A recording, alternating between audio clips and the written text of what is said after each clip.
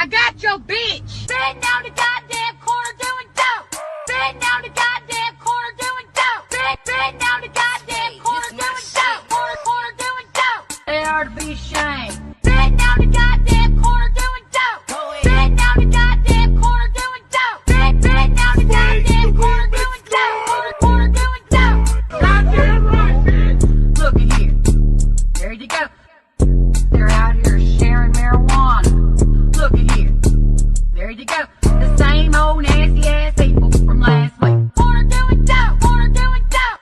Corner doing dope. Corner doing dope. Goddamn corner doing dope. Corner doing dope. Corner doing dope. Goddamn right, bitch. Sitting down the goddamn corner doing dope. Sitting down the goddamn corner doing dope. Sitting down the goddamn corner doing dope. Corner doing dope. Dope. Dope. Goddamn right, bitch. Goddamn right, bitch. Goddamn right, bitch. Goddamn right, bitch. Corner doing dope. Corner doing dope. Corner doing dope. Corner doing dope. Corner doing dope. Corner doing dope. Corner doing dope. Corner doing dope. Sitting down the goddamn corner doing dope. Sitting down the goddamn corner doing dope. Sitting down the goddamn corner doing dope. Corner doing dope. Goddamn right, bitch. Look at here. There you go. They're out here sharing marijuana. Look at here. There you go. The same old nasty ass people from last week. Corner doing dope. Corner doing dope. Corner doing dope. Corner doing dope. Goddamn corner doing dope. Corner doing dope. Corner doing dope. Goddamn right, bitch. Sitting down the goddamn corner doing dope. Sitting down the goddamn corner doing dope. Sitting down the goddamn corner doing dope. Corner doing dope. Dope. Dope. Goddamn right, bitch. Goddamn right, bitch. Heck yeah! Goddamn right, bitch. Goddamn right, bitch. Corner doing dope. Corner doing dope. Corner doing dope. Corner doing dope. Corner doing dope. Corner doing dope. Corner doing dope. Corner doing dope. Sitting down the goddamn corner doing dope. Sitting down the goddamn corner doing dope. Sitting down the goddamn corner doing dope. Corner doing dope. Goddamn right, bitch. Look at here. There you go. They're out here sharing marijuana. Look at here. There you go. The same old nasty ass people from last week. Corner doing dope. Corner doing dope. Corner doing dope. Corner doing dope. Goddamn corner doing dope. Corner doing dope. Corner doing dope. Goddamn right, bitch.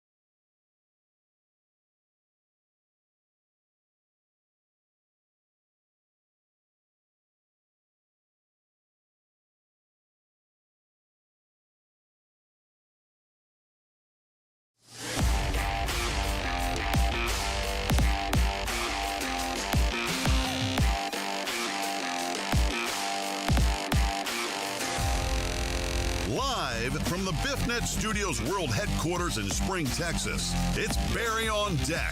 Hosted by former ESPN Houston radio host and stand-up comedian Barry Laminack. Starring Oliver the Cat. Written by Barry Laminack. Produced by Barry Laminack. Directed by, you guessed it, Barry Laminack. Featuring sports, entertainment, special guests, film sessions, and some drinking. Okay, a lot of drinking. Viewer discretion is advised. And now, here's your host, Barry Laminack. What's up, you damn dirty deckheads? Welcome to Barry on Deck. I am your host, Barry Laminack. Yeah, thank you guys for being here.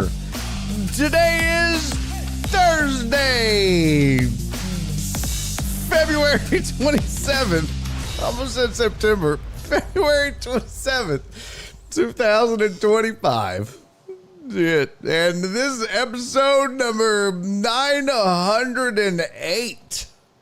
If you can believe it. Of Barry on Deck. Welcome to the show. Welcome to the program. Hey. Hello. Hi. How you doing? Good to see you. Thank you for being here. Party on Garth. Party on Wayne. Thank you, CC. Yeah, apparently didn't even know.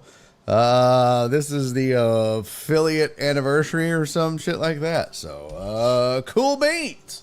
Thank you all for being here. Oh, what is this shit?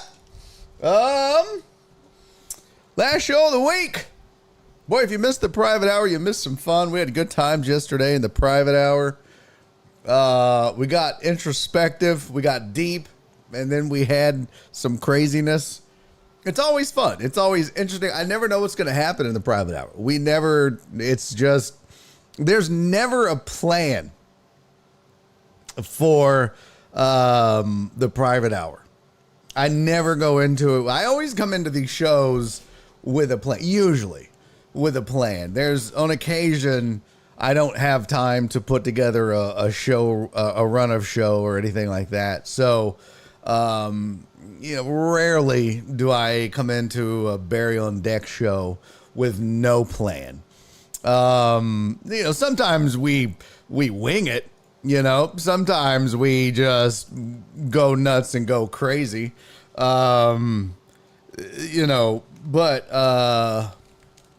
Let's see, hold on. I gotta type this.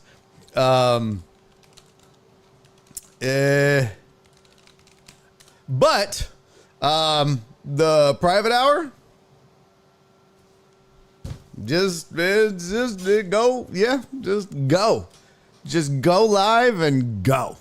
And it's usually fun. We usually end up having a great time. So, damn months away of dementia kicking in hard. Time to put Barry in a home. Shut up. Shut up.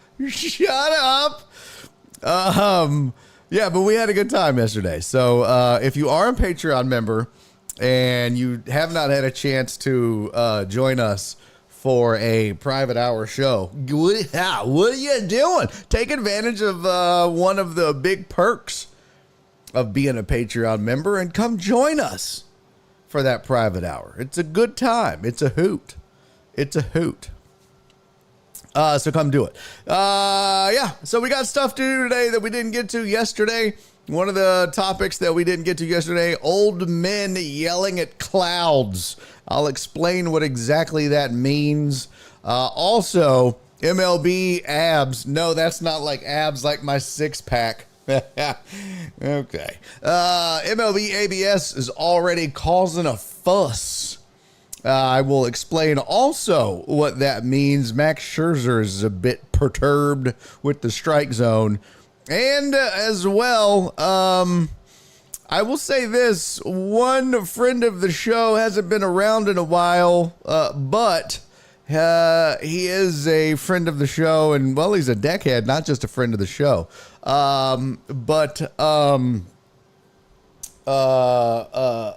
Fidel. I don't know why I was blanking on his name. Fidel sent me a video on social media, as some of you are prone to do. Some of you are more active than others in sending me random videos, and I appreciate all of them. Some are better than others, I ain't gonna lie. Some of you send me some really good stuff.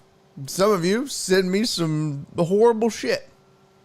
Some of you send me some of the most worthless shit ever. I still try to be nice. You know, I still give you a little like, okay. So that's the thing. You'll never know if I hated the video you sent me. I'm always going to give you the like, which I shouldn't. You know, I should be better about, not suffering fools. I'm a people pleaser. What can I say? But yeah, Flip. I saw Flip in the chat. Fidel sent me a really good video, and Tony said you can say Total Dallas. But yeah, Fidel sent me a good video that I want to share with you, and Walt sent me a good video. It was actually super hilarious. It's from another podcast that is just phenomenal, and it's also it makes me sad. I'm not gonna lie, it makes me sad. It makes me sad because well, when I watch these other some of these videos from some of these other podcasts, boy, it makes me sad. It makes me sad because I'm like, boy, what I could do with a budget and a producer, and I mean, yeah. So that kind of makes me sad. But you know what? Yeah, that's neither here nor there. But the video is absolutely hilarious. It's Mad Max, who can't really complete a sentence without saying motherfucker. I mean, not that I have a clean mouth, not that I'm Mother Teresa on the mic, but even Mad Max, Vernon Maxwell, makes me go, that's a lot, Max. Wow. So we'll watch that as well. So I got some video goodness for you coming up as well. And of course, we can talk whatever you want. It's a Thankful Thursday. I want to share those with you. We've got some wonderful messages from you guys on Thankful Thursday. Some hilarious messages, of course.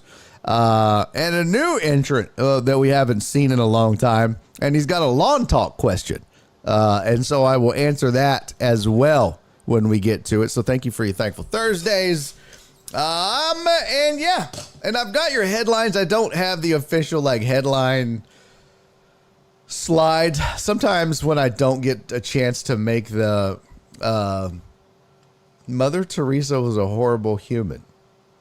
Is that true? I don't believe that's the case. Is that true, or is that just something you saw on the internet?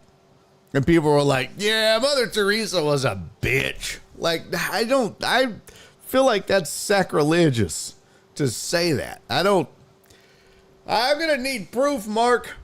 I'm going to need, she was a Viking? Oh, she wasn't a Vikings fan. I just saw my screen was cut off. I have windows open everywhere. Oh, I saw she was a Viking.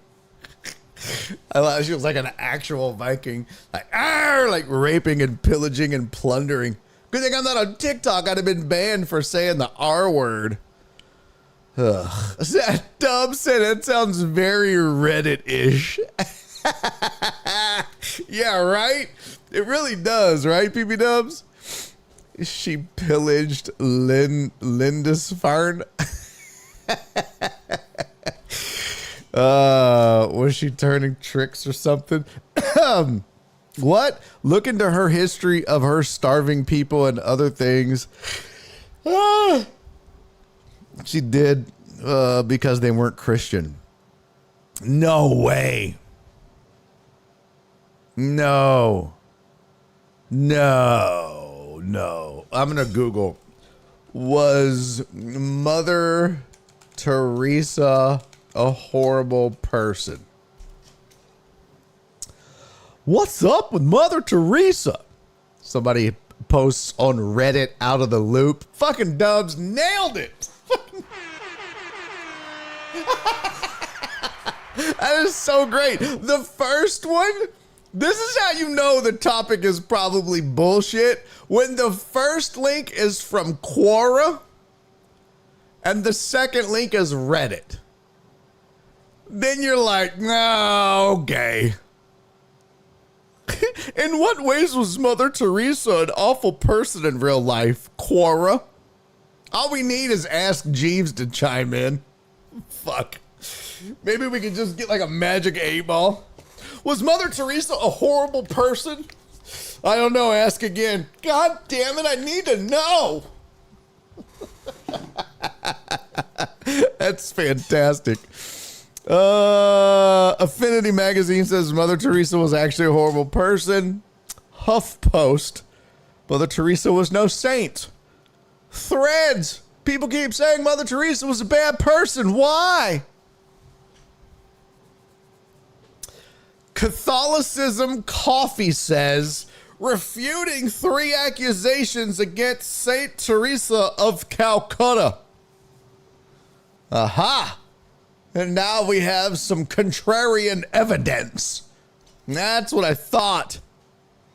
Cracked.com says 14 highly uncomfortable facts about Mother Teresa. That's where I'm going to go and get my facts from. Cracked.com. Mad Magazine. That's where I want my facts from. That's where I'm going for my facts. For fuck's sake, Sun Tran wrote for Mad Magazine and Cracked.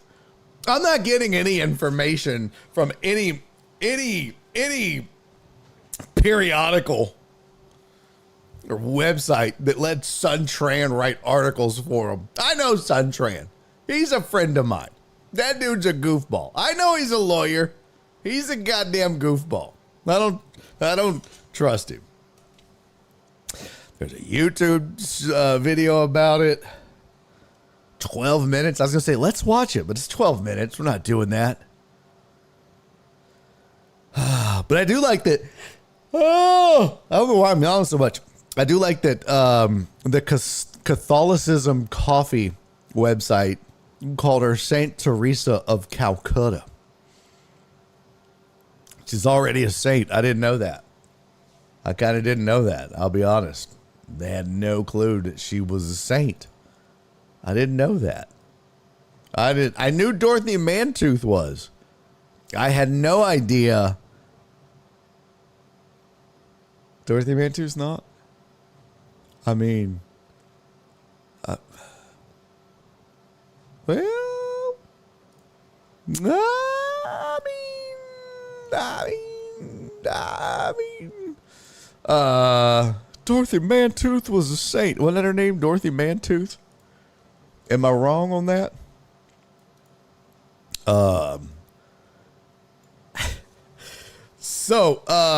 Yeah, way to get us off on the damn rabbit hole, Mark. You damn jerk. Now you got me out here questioning my faith in Mother Teresa. Ruining everybody's faith in Mother Teresa. Terrible. Terrible. She's been a saint since like 95. Oh. Well, you know. Yeah, ain't that true, Amos? Amos said, how many edibles did it take to ponder? I wonder what Mother Teresa was really like. I want to know who the first person was that was like, Mother Teresa, what a bitch. I mean, that's a bold statement. Yeah, bold strategy, Cotton. Yeah, boy, you really going out on a limb there. No thanks. Yeah, you should. Cisco said you should Google, was Mother Teresa a bitch? Let's do it. Was Mother Teresa a bitch? Vice, Mother Teresa was kind of a heartless bitch. Leave it to Vice to just cut to the chase. Who wrote this? You're going to hell, Mitchell. We should go to Twitter and fuck with Mitchell about this. Medium has one. Cut the Mother Teresa idolization. Funeral One blog. Wow.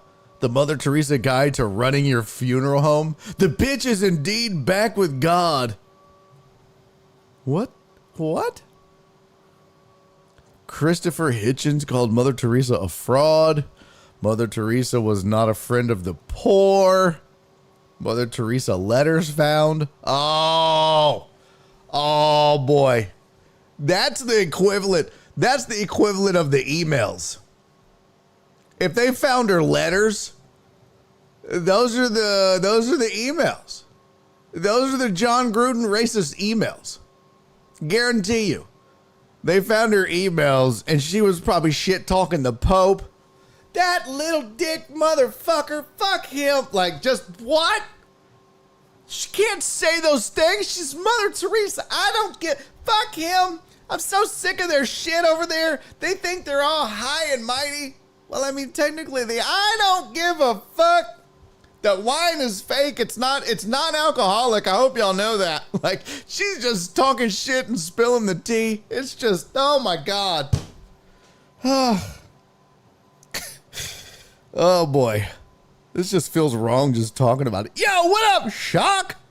Shock says no slander on Mama Titi. That's what I say, bro. It just feels awful. It don't feel right. Although now that I know this, I'm probably going to have to write a bit about it, if I'm being honest. Heck yeah! Probably going to have to write a bit about this. Heck yeah! Yep. Mother yeah. Teresa was a bee. Beautiful woman! Get your shit together, chat! Heck yeah! Why is that not working? What's wrong with the alerts? None of the damn alerts are firing off right now? What? What's going on? How come the alerts have audio? That's very strange. What? CC says Mama E greater than Mother Teresa. Yes.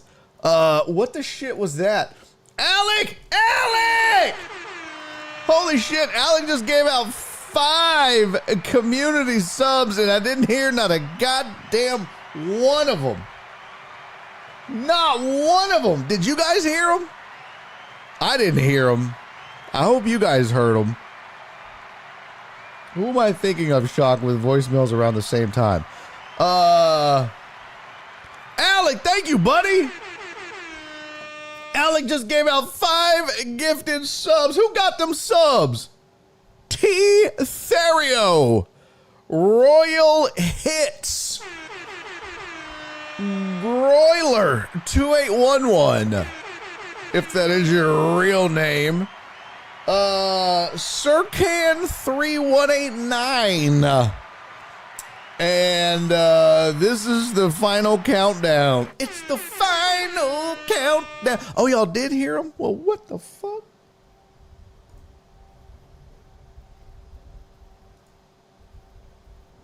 I'll be sons of bitches. Oh, that's crazy. My shit was on mute. I'll be damned. Maybe that's why I didn't hear it. Huh. Well, maybe so. I'm glad y'all heard it, though. That's good. Alec, you're the man, sir.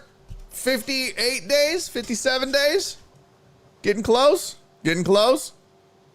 Yeah? Well, I tell you what. You're a hard man to shop for. I'll tell you that damn much.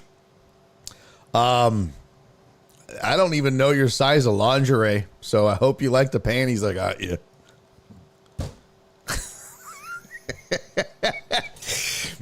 But wouldn't that be crazy? I wanted to send Alec. For those of you that don't know, Alec is in the military, and he's been deployed for what now? Over 120 days. He's been deployed for over 120 days, and he still has 60 to go, or a little less than 60 now. He's down to like 57. And so I said I wanted to send him a care package. He's a diehard deckhead. He's one of us, obviously. Yeah, since September 14th.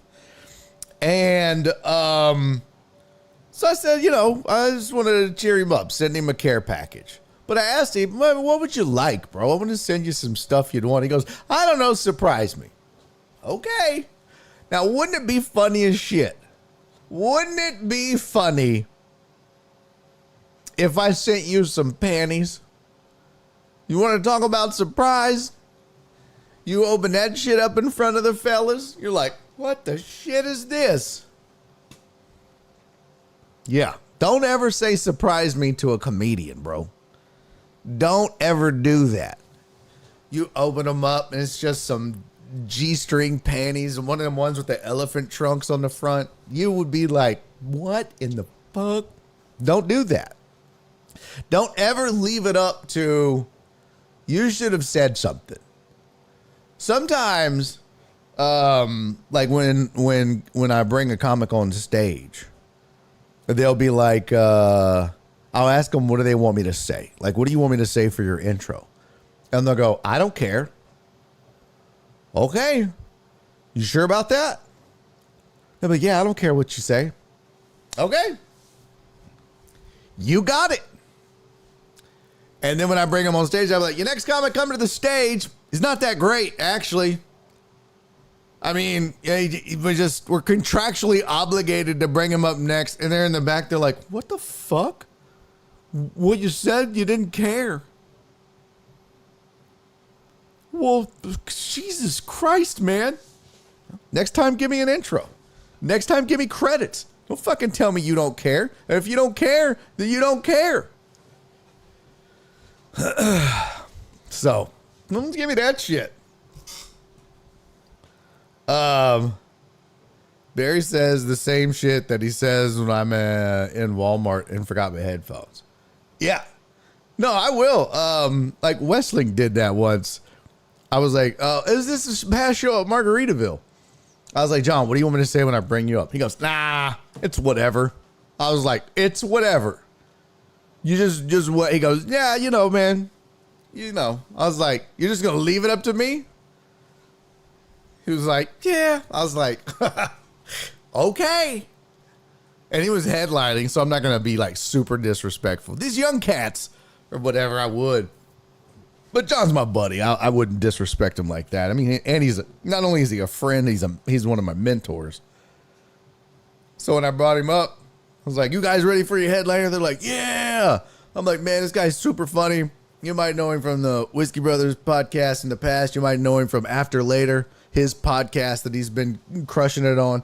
Also, dear friend of mine, and he's one of my mentors. So if I suck, it's his fault because he's really not that great. Y'all give it up for John Westling, everybody.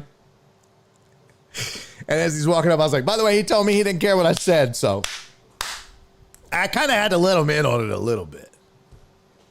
You can't just do that. When somebody asks me, what do I want them to say? I always have something. I'll be like, you could tell them I have a dry bar special. If I'm local here in Houston, I'll be like, you can tell them I was on ESPN radio. I was on CW, KPRC, Channel 2. I have some sort of credit. If I'm, out traveling, yeah, I've got a dry bar special, whatever. _Dallas. Oh! Uh-oh! Uh-oh!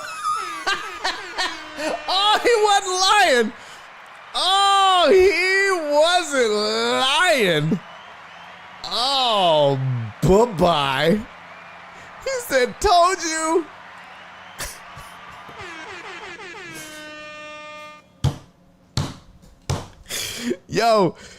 You done picked on the wrong dude, Total Dallas. Bye. Total Dallas fucking with the wrong man. Oh, there you go, Rudy Rod. Yeah. He's a movie star. He was in Selena. You may have seen him from his appearance in a Journeys commercial back in 1991. I don't want to brag.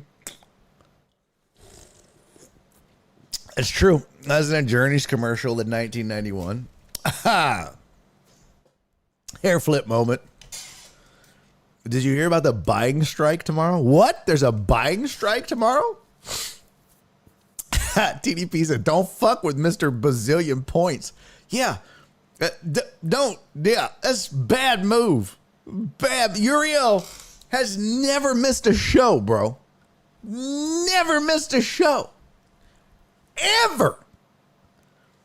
Like old show, YouTube only. New show, Twitch only. New show, Twitch and YouTube together. Like never. So what is the buying strike? Somebody clue me in. What is the buying strike? Options basics. How to pick the right strike price. Oh, I don't need no damn Investopedia bullshit. Get on, get! It's a great day to buy the dip. Oh. We're talking about the market. Market. Spew. Whip. Nope, don't need that. What are we talking about? What am I Googling? Where people aren't buying things at Walmart and other major companies in support of DEI, apparently. Oh.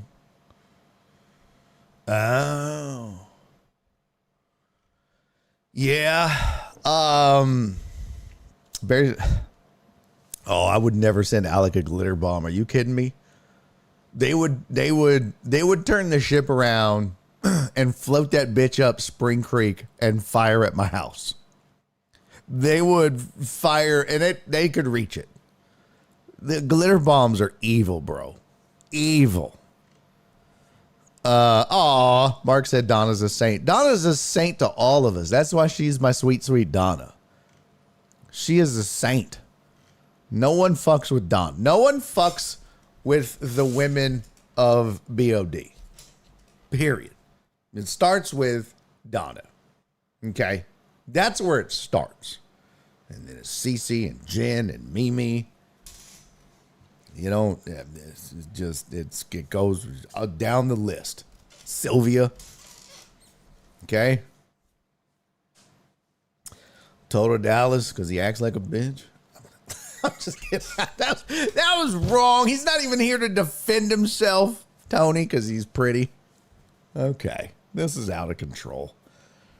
This is out of control. Cece said, spit my drink. What? Donna's a saint. Okay. What? Oh, so, Mark said, I'll fuck with Cece and Jen. Donna's too sweet. Told it I just walked back in to YouTube. Mark, proceed at your own risk, homie. You know, of all of the deckets to fuck with, those are probably the wrong two. First of all, they run in a pack. Those two specifically. They will cut you. One of them will hold you while the other one cuts you. Like, you don't. Those are probably the two that I would not mess with. I would pick another one to mess with.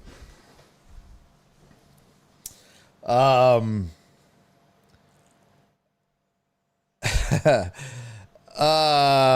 was I gonna say? Oh, so the whole the DEI thing.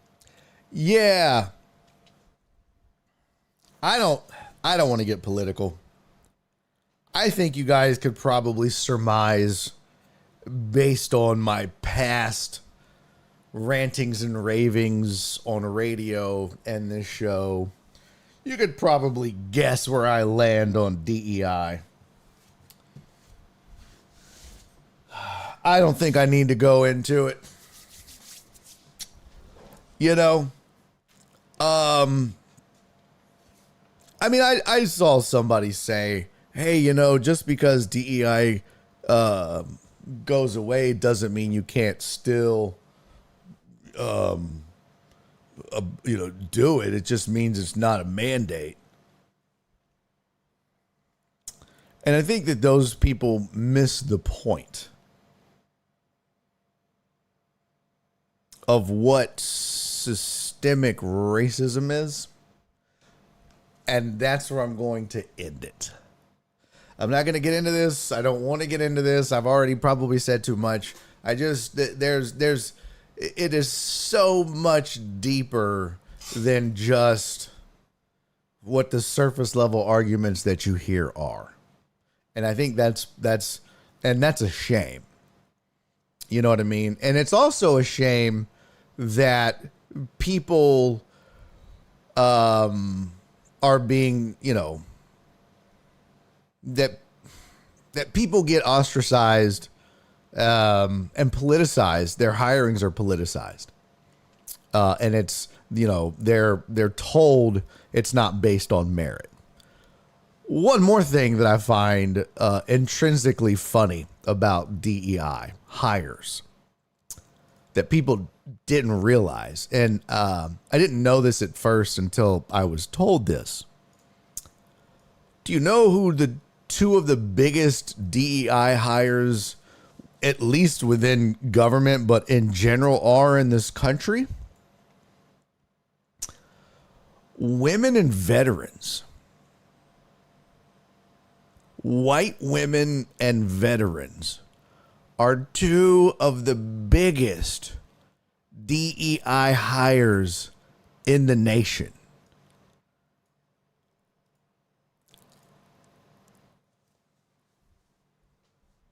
And I think that the assumption, it's kind of like the old assumption that, well, only minorities are on welfare.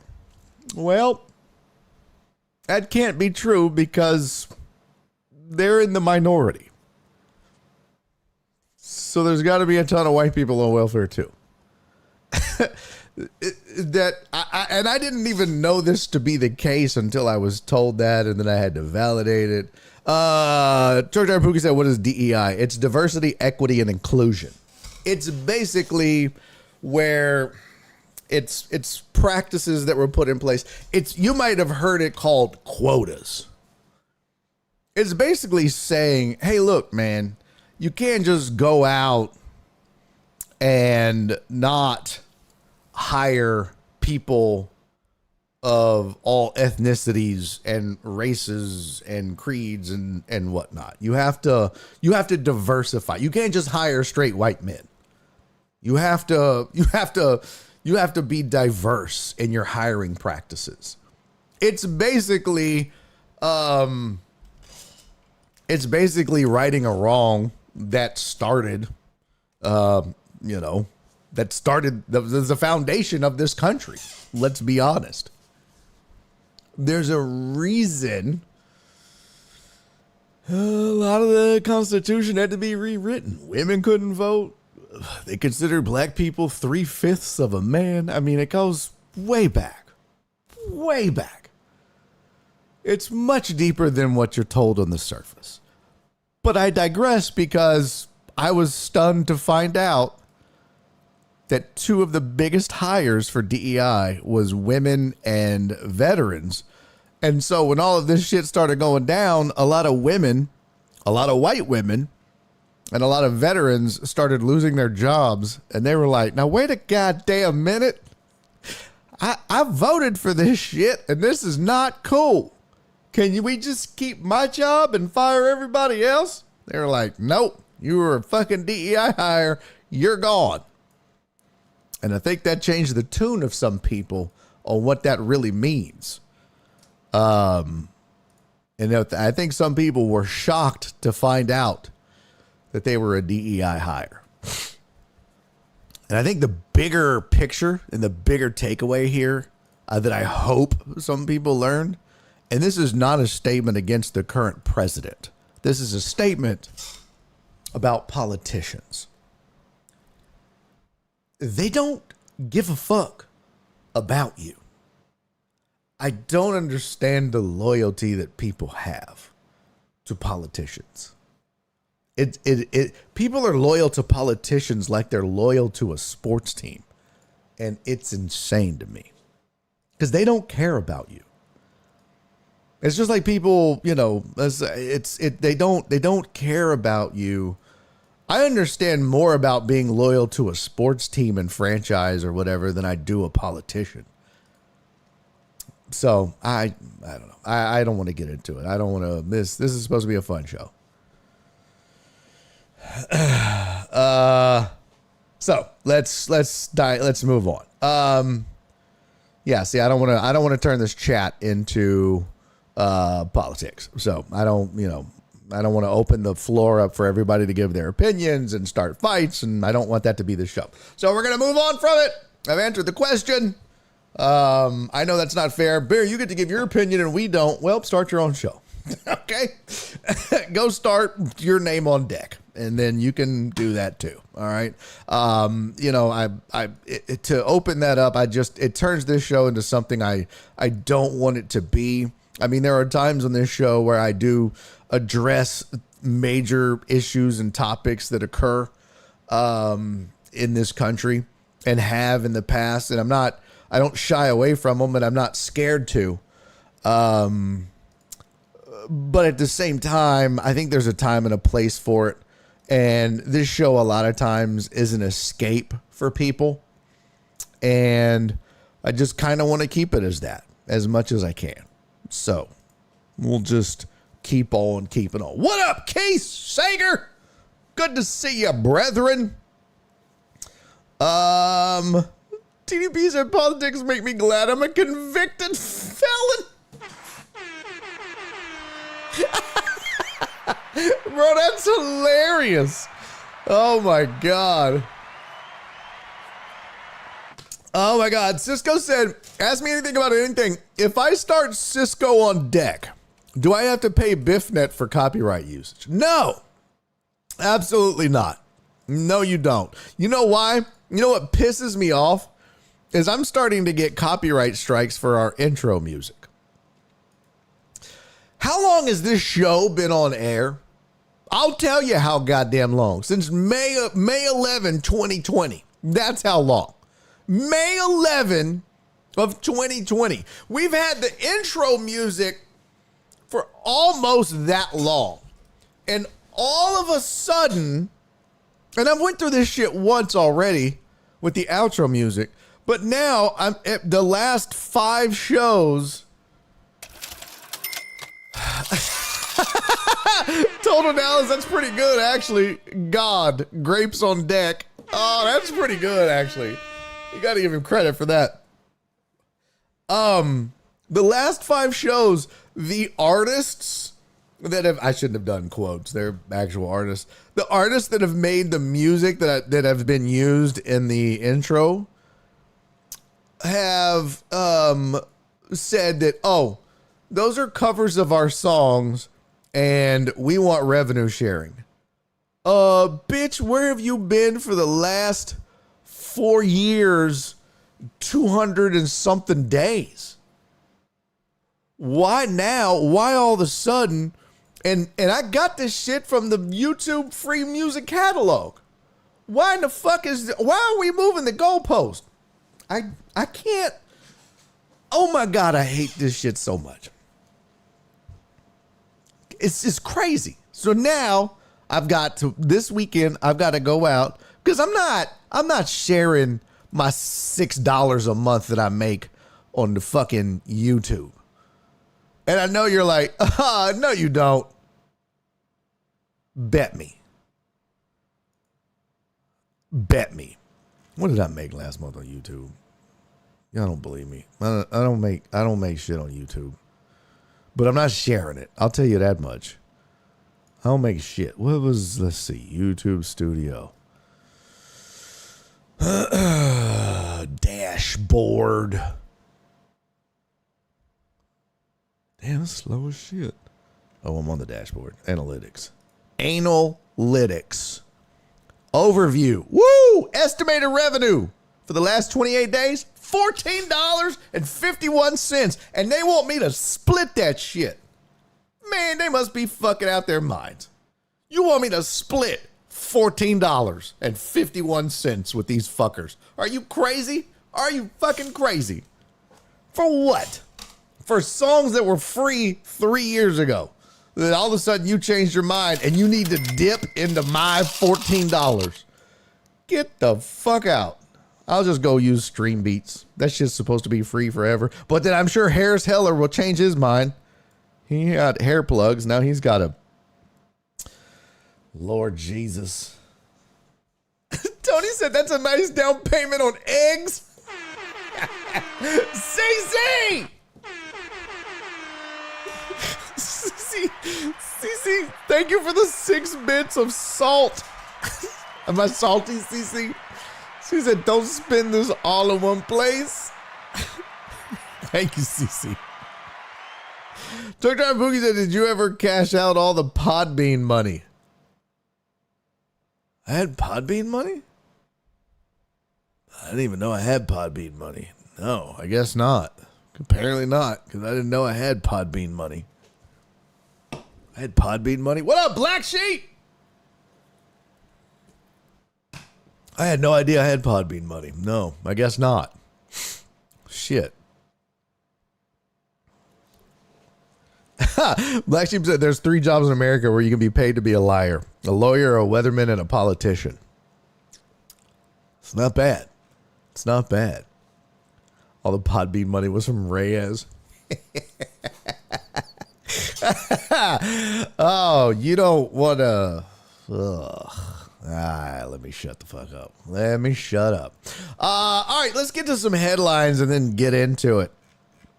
I did the comparison, the 2025 versus 2024. Remember yesterday we looked at the 2025 NFL Players Association report card. Remember that? You remember?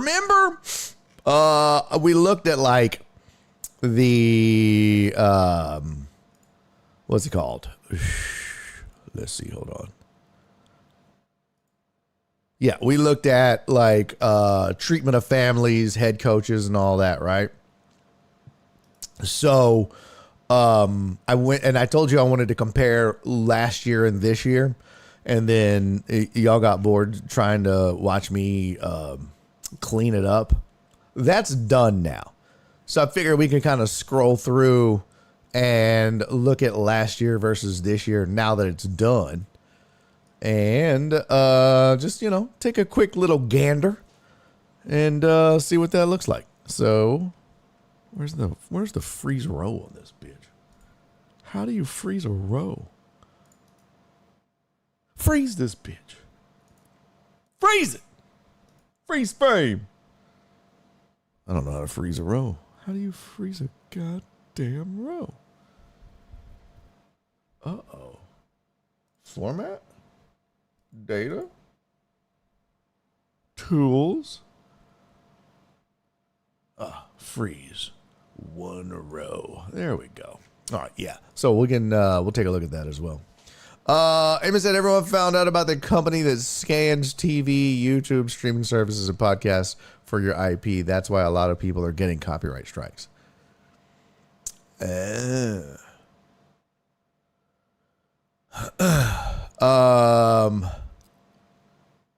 mean, okay. The problem is I got the songs from YouTube. It was in their free music catalog. It makes no sense. They uploaded it to YouTube and said, here is some free music to use. And then 4 years later, they were like, oh, no, you got to pay me. Like, bro, you can't do that. That's moving the goalpost. It's not like I went and stole it, right? Like yesterday when I showed Or the other day I showed some NHL clips.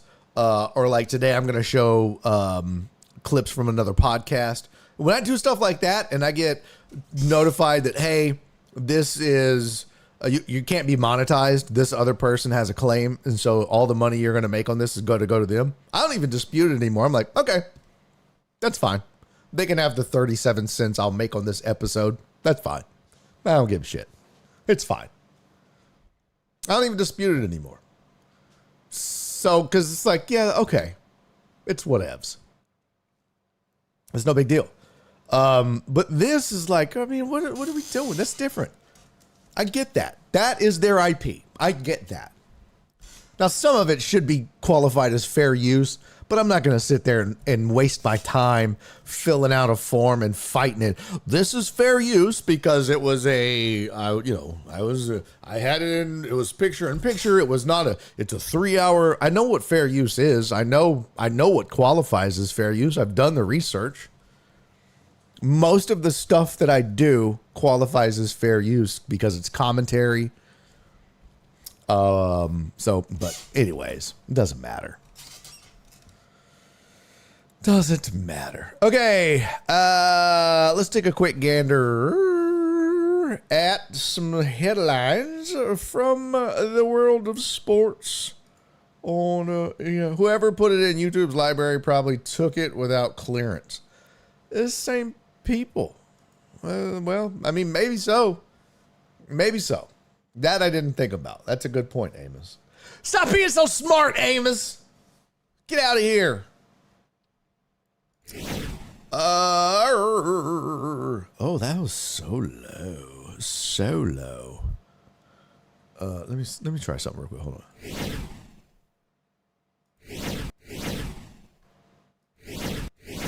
Okay, that's better. I can hear it now. All right. Let's look for some sports headlines. Here's some headlines from the front page of ESPN. Kelsey plans to play in 2025. Can't go out like that. Oh, Jesus. Oh, Jesus. You know what this is? You know what this is? This is the equivalent of chasing a laugh. This is the equivalent when a comedian is bombing and your last joke doesn't hit, or maybe you're doing okay. You know what I mean? Your sets are going okay, and then you go to do your closer, your best joke. You playing in the Super Bowl, and then it just doesn't hit. It lands flat. And now you're like, oh, I can't do that. I gotta end on a laugh. I'm not going out like that. So then you do another joke. And then that one don't hit. And then you're like, oh, I'm going to get them. And then you do another one. Doesn't work. And then another one. And next thing you know, you're 20 minutes over chasing a laugh. Ladies and gentlemen, Travis Kelce is about to start chasing his laugh.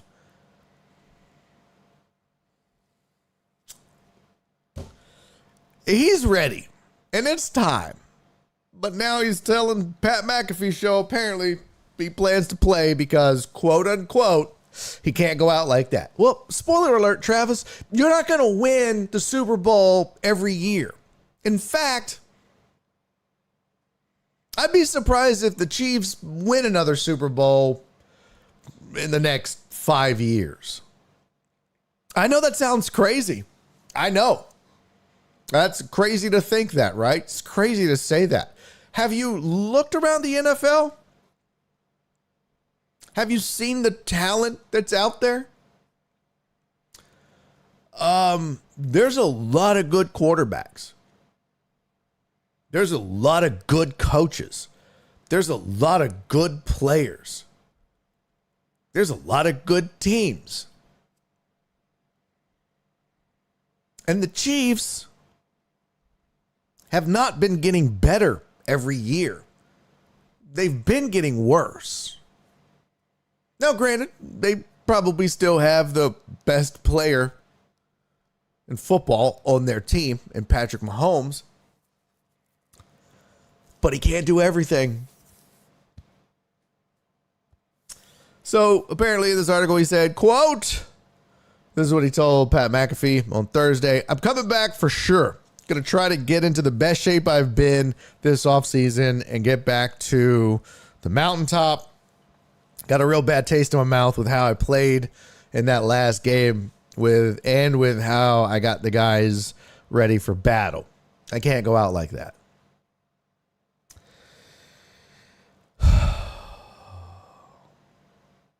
Boy.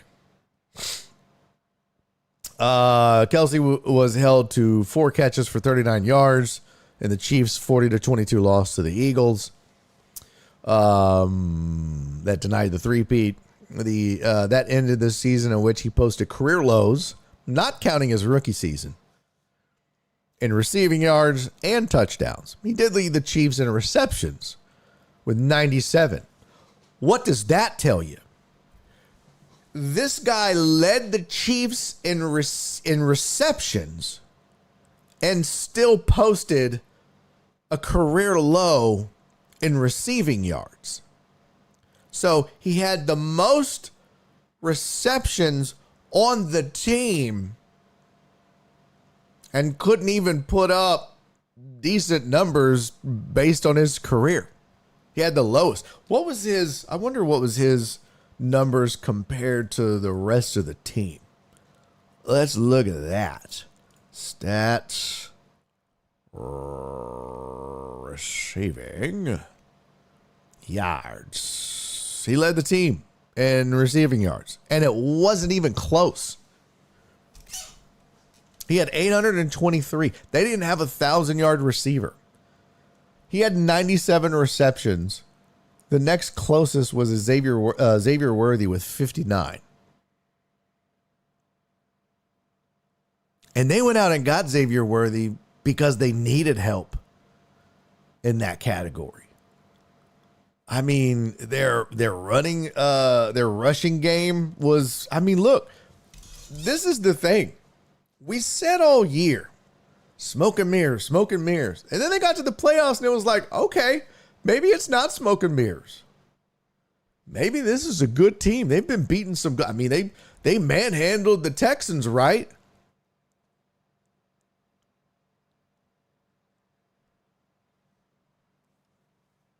Ignore that jersey swap with the officials after the game. Look, they made it to the Super Bowl. How? Because once they got there, they got exposed. They got lucky this year. They got lucky during the regular season. You can't knock the results. You just absolutely cannot knock the results. Do you know how hard it is to even make it to a Super Bowl, much less win one? They said, nah, Mahomes isn't even the best QB in the league.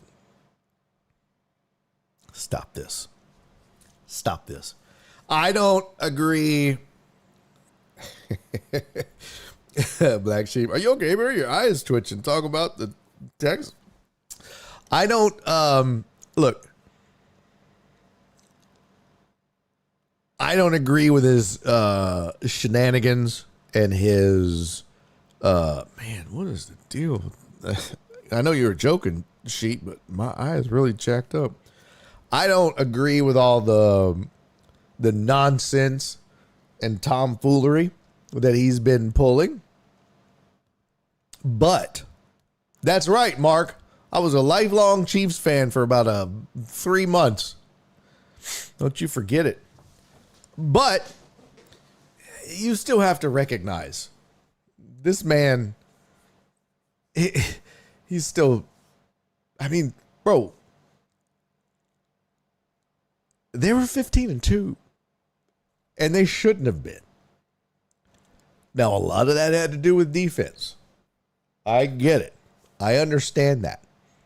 But you understand this was the same exact formula that Tom Brady played under in New England.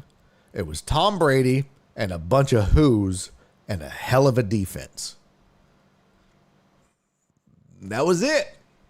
That was New England. Every year, save for the Randy Moss years. But that was it. You had a decent run game. Now, Brady put up, better numbers at some point than what Mahomes did this year. But it was a down year for Mahomes. It was a fluky year, but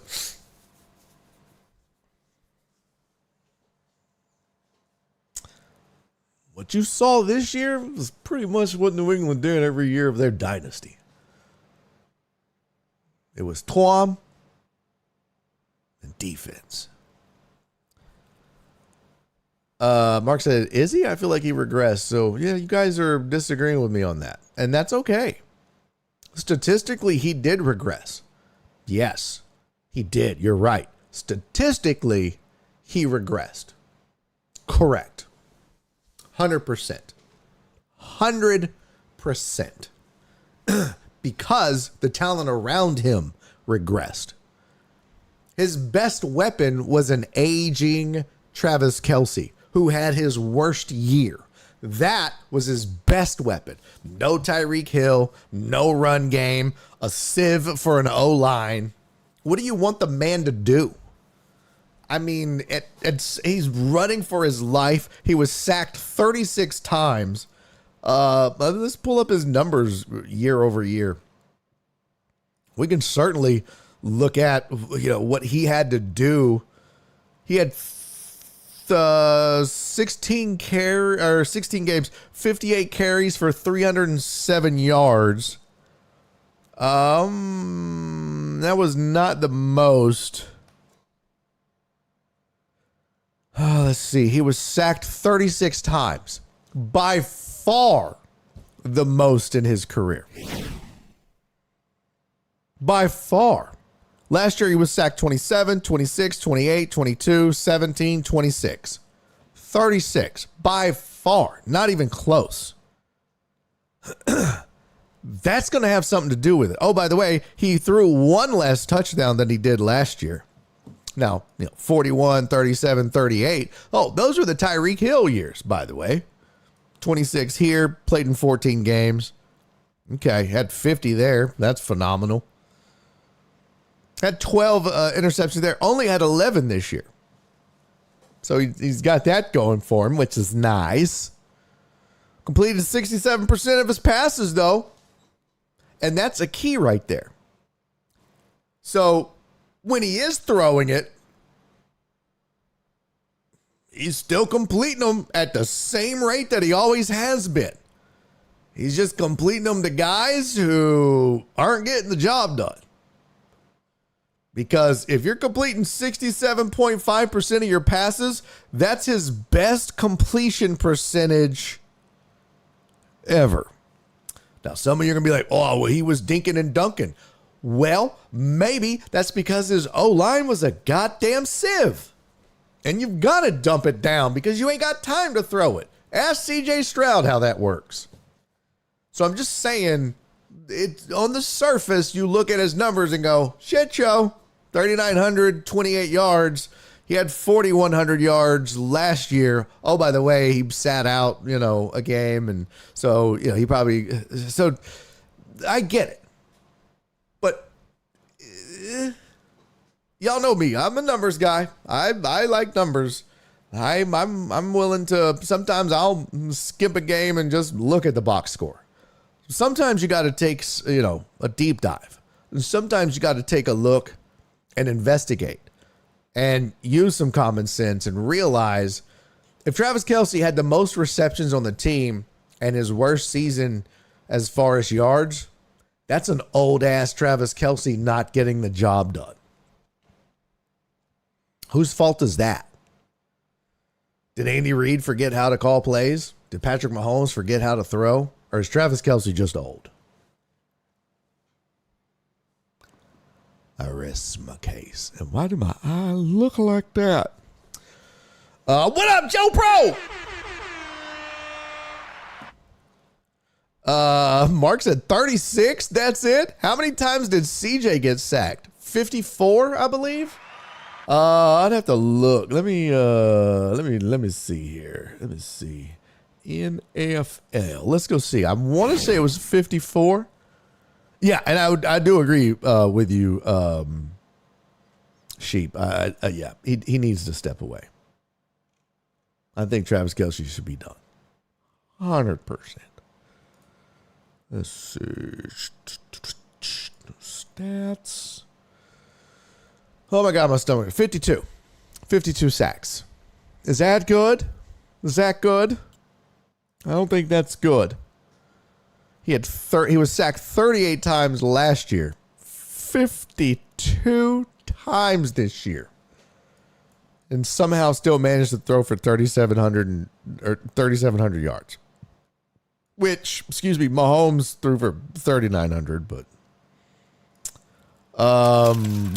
yeah. The 12 interceptions was a lot. The 20 touchdowns was not. I mean, Mahomes still at 26, 11. Again, it wasn't his best year, but it also wasn't the best team around him either. Joe Pro! Thank you for the 303 bits. Joe Pro said, I'm taking tomorrow off. I'm getting frunk on a tractor and can't nobody stop me. Man, let's get it, buddy. Cheers to you getting frunk on a tractor. Hell yeah. I'm taking tomorrow off too. Yeah, I don't give a shit. Fuck them kids. Nora's off too. So hell yeah, we doing the damn thing. Let's see what other headlines we got on the front page of ESPN that we could bitch about, moan about, complain about. Bubble watch these nuts. No one cares. Popovich visits Spurs, won't return this season. We already knew that. NFL sets the 2025 salary cap at a record.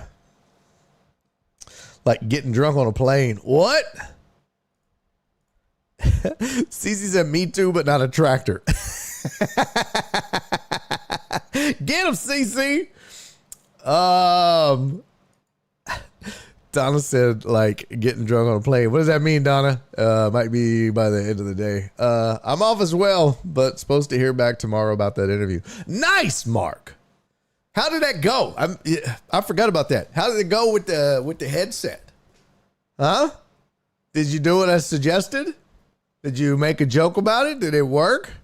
I still haven't gotten a damn interview. I've been picky about the jobs I'm applying for, though. I've been like, I haven't really. I keep seeing stuff pop up on my timeline. I'm like, no. Uriel said, I'm off tomorrow too, but not drinking till I get out of this traffic. To start? No, just kidding. Hey, Cece, do you think Joe Pro's tractor is sexy? Black Sheep wants to know. Mark said, I felt really well. Ended up just using my phone for Teams. Oh, okay. Donna, Mr. Pro is getting drunk on a tractor. Oh, yes. Oh, Mr. Pro, that sounds like a song title. Yes, I get it now. Mark said, I'm not saying Mahomes is bad at all, but currently I don't think he's the best QB in the league. But yeah, Kelce should retire. Well, I guess we'll just agree to disagree. Total Dallas. Thank you for the 304 bits. I'm going to work tomorrow, not drinking, and that is all. Bless your heart. To borrow a phrase from Donna, bless your heart, sir. Let's see. What was I looking up? Oh, here we go. This is news right here. NFL's salary cap. NFL teams were informed Thursday that the 2025 salary cap has been set at a record $279.2 million per team. That's according to league spokesman Brian McCarthy. It's an increase of $23.8 million. Last year's salary cap was $255.4 million. McCarthy also announced that the limit on projected player costs, including benefits, is set at $362.48 million. Okay. Oh, here's the whole shebang bang. Let's see. Scooby-Doo, boop, boop, boop, boop. Open image, new tab. NFL teams were notified today the 2025 salary cap has been set at 279.2. Okay, here's a look at the cap year over year. There you go. First salary cap in 1994 was $34.6 million. $34 million was the original cap.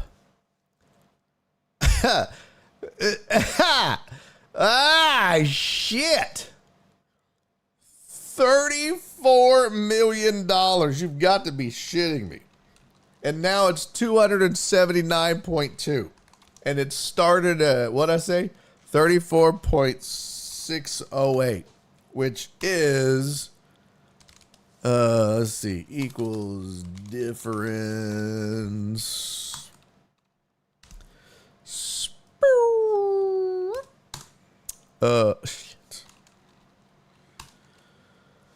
Oh, shit. Boom. Minus, boom. Equals $244.592 million. Black Sheep said, makes you miss the 90s, huh? Bro. That's crazy. It didn't hit 100 million until 2006. So it gained 100 million from 94 to 2014. It took roughly 20 years to gain 100 million. And then it took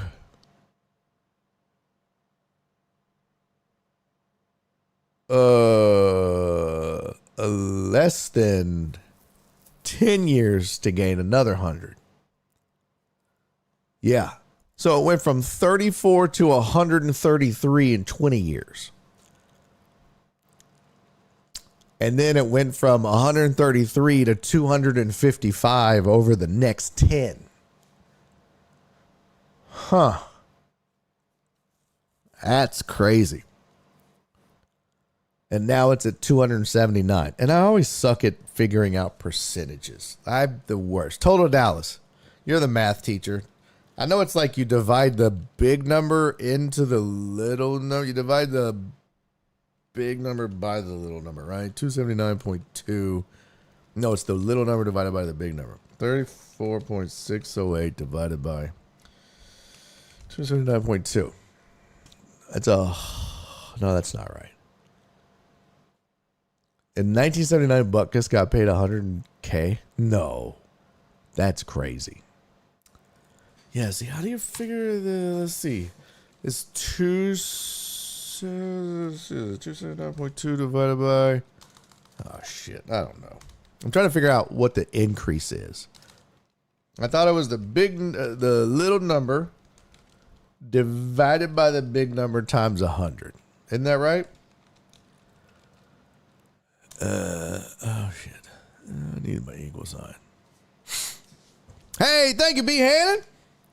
Good to see you, brethren.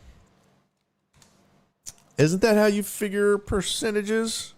Thank you for lurking, brother. There was a problem. Your mom's a problem, you stupid ass spreadsheet. No way that's an increase of 12%.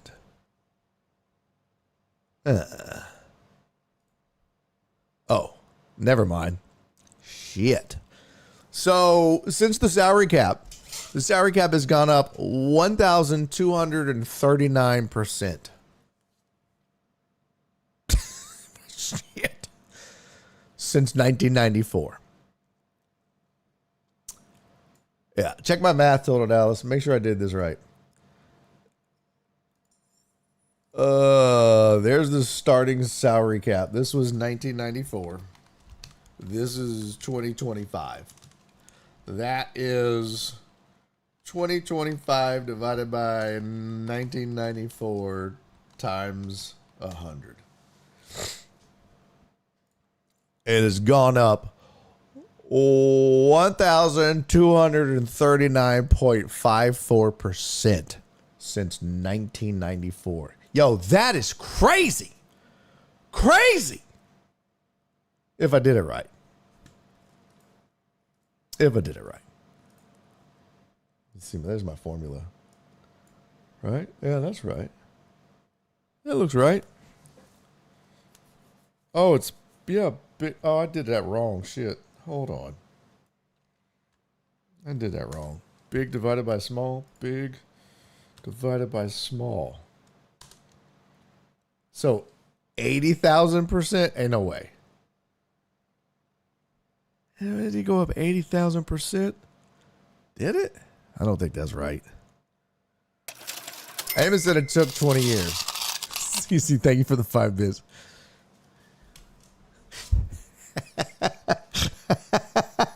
CC. CC.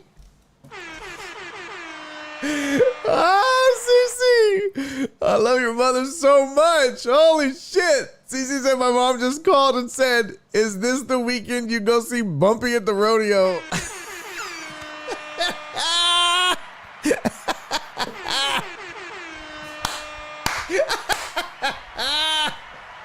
Oh my God. That's so fantastic. The original number's on the screen, Total Dallas. Here, I'll do it. I'll flip this. Hold on. X. There we go. Oh my God. That was the number. Hold on. Let me zoom out here. Oh shit. That's hilarious. There's the numbers. That was 94. That was 2025. So I came up with equals that. I thought it was a little number divided by a big number. But I guess you're telling me that's not the case. Joe Pro's at 800%. Sheep got their first. Suck it, nerds. So I didn't know what I'm supposed to do times 100. So it's, nope. Let's see. Equals boop, divided by boop. Boop. And then that. Oh, can I just turn that into a percent? Oh, there you go. Go, Black Sheep. 806%. That was easy. But when you do that times 100, I'm a dumbass. I swear to God. That. See, that's where I fucked up. That's where I fucked up. I thought you would have done that by 100. That's a good question, Titan Hugo. Who is the highest paid player? I don't know if Spot Track has that. Let's see. NFL salaries in 1994. Oh my God.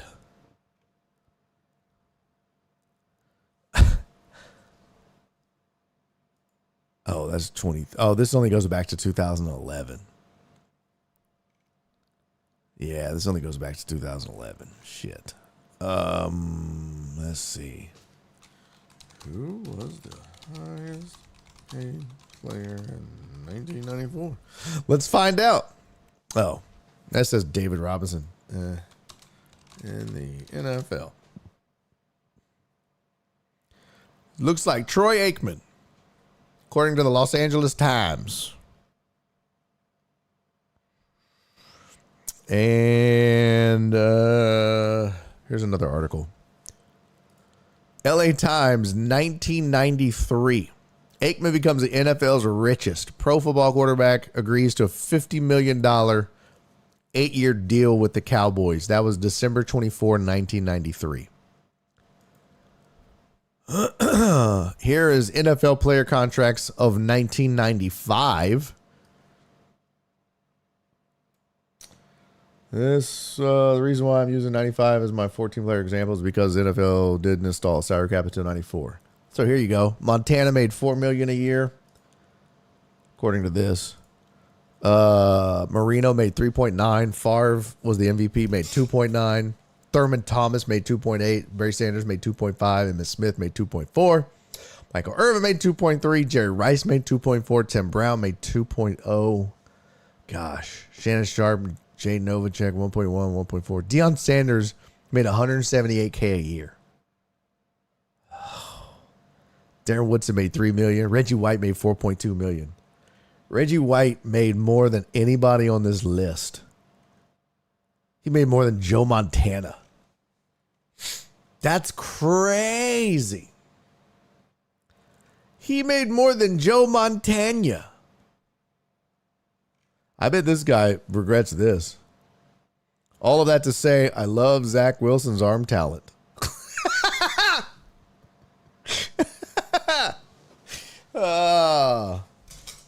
Jeez. Ugh. Bet he regrets that. He should go and delete that post. He should go and delete that post.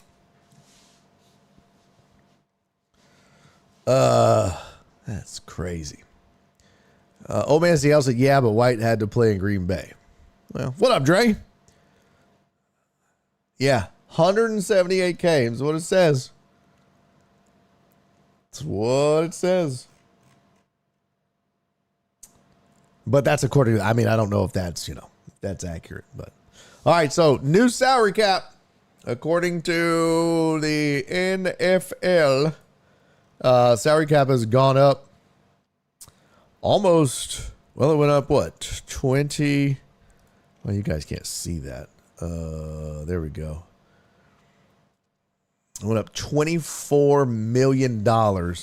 It is now $279.2 million. Since the salary cap was implemented back in 1994, it's gone up 806%. That is insane. Insane. Joe said, what were the Braves paying Dion? That's a good help. I'm sure baseball was paying way more. Dre said salary cap gone up almost $100 million in the last 4 years. Yeah, that's what we figured out. So I was looking at it. It took 20 years, Dre. Uh-oh. Had to sneeze. Yeah, it took 20 years for the salary cap to go up $100 million. And then it took a decade for it to go up from 133 to 255. Yeah. And it's now at 279. It was 177 in 2018. That's crazy. What up, Bleed Blue? Bleed Blue said it goes up almost as fast as beer prices in stadiums. You think? How do you think it keeps going up? Guess who's paying for all this? That's a great point, Bleed Blue. We look at all these numbers, you look at all this money, and you go, oh, look at that. Salaries went up. Oh, good. My team can afford more. Guess who's paying for it? The fans will. Well, but advertisers and revenue, if you don't think ticket prices ain't going up and concessions ain't going up and all that shit ain't going up, you're crazy. Yes, ad revenue and all that will pay for some of that. Everything's going to go up to pay for it. Promise. Promise. All right. Do we have any other headlines that we wanted to talk about? Let me see. Salary cap. Ex-Twins catcher denies giving away pitches. What? Source Knicks. Hunter. Super important to be top pick and draft. Tucker again denies allegations, also apologizes. Okay, let's see this. Oh, this is weird. Derek Bender, former Minnesota Twins minor league catcher who's under MLB investigation for telling opposing hitters what pitches were coming, denied the allegations in an interview with The Athletic. No. He said when asked if he gave away pitches to opposing batters. And I'll live with that until the day I die. I never gave away pitches. Y'all remember that story? I never tried to give the opposing team an advantage against my own team. Yeah, that was wild. Justin Tucker quote here. In his first public statement in a month, Tucker disputed the allegations of sexual misconduct at spas for a second time. Quote, "It devastates me to know that anyone I've worked with would not have felt respected and valued as a professional, but more importantly as a person, and to anyone who has felt otherwise, I'm sorry. I want you to know I am committed to ensuring that everyone I interact with continues to feel that I respect them and care about them as a human being." Tucker's been accused of inappropriate behavior by 16 massage therapists. All of the incidents reportedly occurred during sessions from 2012 to 2016. Tucker quickly denied any wrongdoing and unequivocally false. Quote, "I can assure whoever is reading this that I have never intended to disrespect anyone, cross any boundaries, or make anyone feel uncomfortable in any way." You know what's interesting? You know what's, I think, Joe Burrow didn't Grinky shout the pitches he was going to throw one time? Yeah. He did that a couple times. But I think this Tucker thing, along with the Deshaun Watson thing, something is interesting about this that just popped into my head. And then I want to get to this old man yelling at clouds thing, because we didn't get to it yesterday. And by God, we're going to get to it. Because I just want to talk about it. But the whole Deshaun Watson thing, and then the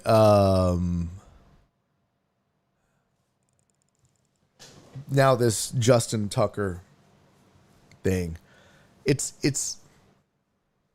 interesting.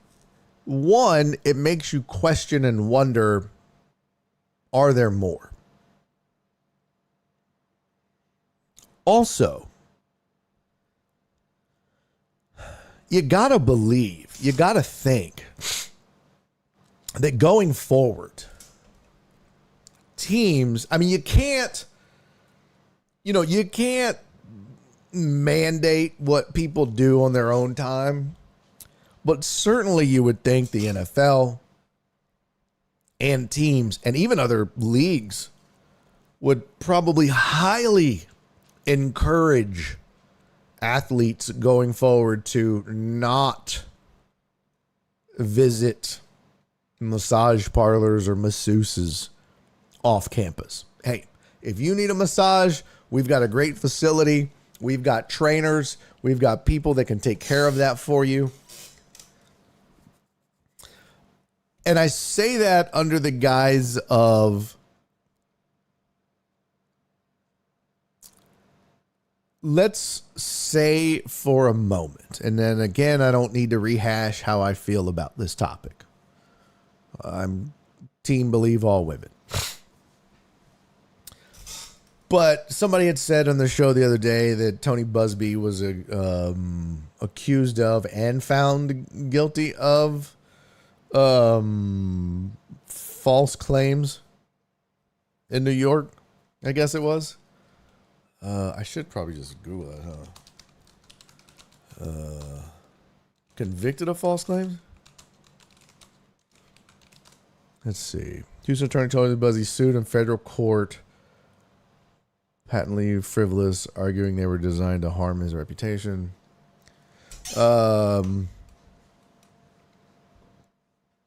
Jay-Z sued Tony Busby. Okay, Tony Busby sued for extortion. So, but that's part of it, right? And I think that's because that was the question early, was like, man, are these guys just easy prey? it's their word against hers. If multiple come forward, people start to say, wow, that's a lot. It's a civil suit. It's not a criminal suit. Is it better to just settle? Is this an easy payday? These are all questions. I'm not suggesting these. I'm just saying these are questions that start to arise. And I've shared with you insights that I had from sources that knew Deshaun Watson, and things that he said to me that were convincing, that led me to believe that maybe some of the allegations, not all, but some, weren't exactly true. So I say all that to say, man, these guys, they're wealthy. They're susceptible to these type of allegations, false allegations, if, somebody wanted to do that. Kind of makes you wonder, kind of makes you think maybe the best strategy for players of any sport going forward is just don't do it.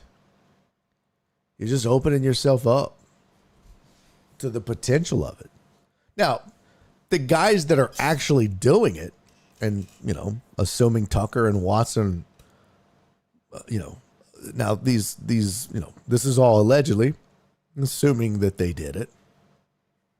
They were going to do it anyways. Assuming that they did it, I think the next course of action is just do that shit at the facility. Get those massages at the facility. Although, I don't think anybody wants to walk into the training room and see Deshaun Watson in the, what is the baby pose? What's the open baby pose? What was the baby pose? What was it called? Happy baby yoga pose. God bless. I'm going to show y'all a photo. Let's all just...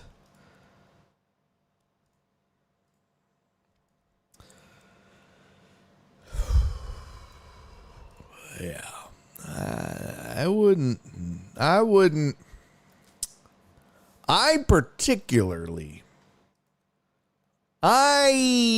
in particular would not care to walk in to the training room and see Deshaun Watson in the happy baby pose.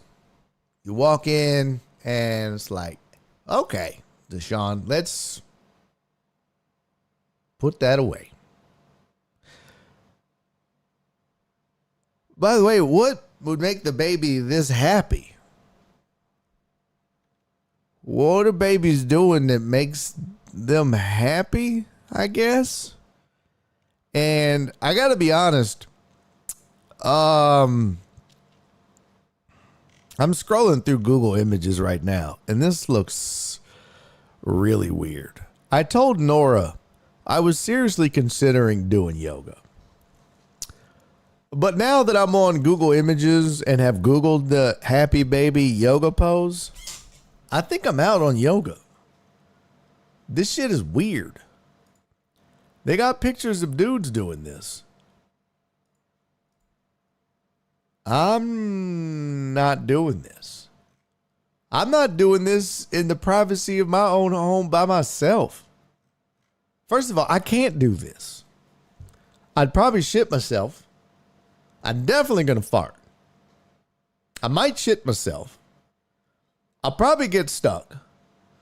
Pretty sure the cat would try to hump me. Nothing good is going to come from me doing this happy baby pose. It's going to be a sad berry pose, is what it is. I don't need to do this. What is the benefit of this? Oh, well, ask and ye shall receive. Just found it. The benefits of the happy baby pose. Calms the brain. Kind of just feel like it exposes the butthole. It reduces lower back pain. I'm listening. Improves digestion power. Relieves fatigue and tiredness. There's some more down here that you can't see. Makes you look like a fucking idiot. Oh, no, that's not on the list. Lowers your heart rate. Eases menstrual cramps. I'm in. Decompresses the sacrum. Is that your balls? I don't know what the sacrum is. Now I've got to Google what is this? What kind of goose chase am I on here? What is the sacrum? Where's your sacrum at? It's a triangular shaped bone located at the base of the spine. Okay, it's not your balls. Energizes the body. And the last one that you can't see, number 9, minimizes the risk of getting injuries in the upper and lower body. Well, that's just the body. You could have just said body. If you said upper and lower body, just say body. There's no more body left. You've covered all the body. Upper body, lower body is the body. There's no more body. Why not just say body? This is weird. Yoga people are fucking strange, man. I swear I'd shoot a turd out. I'm pretty sure I'd poop a little turd out. The cats would come and try to bury it. Spencer would probably try to lay on my taint. It would just be awful. I don't want to do this. I now am reconsidering yoga. I don't think so. I think I'm out on yoga. No, thank you. Total Dallas said middle body. No, there's no middle body. They didn't say lower third body and upper third body. That would leave the middle body. They clearly defined a line. Upper body, lower body. There's no middle body. That's it. Don't make this more complicated than it needs to be. Total Dallas, you stick to math.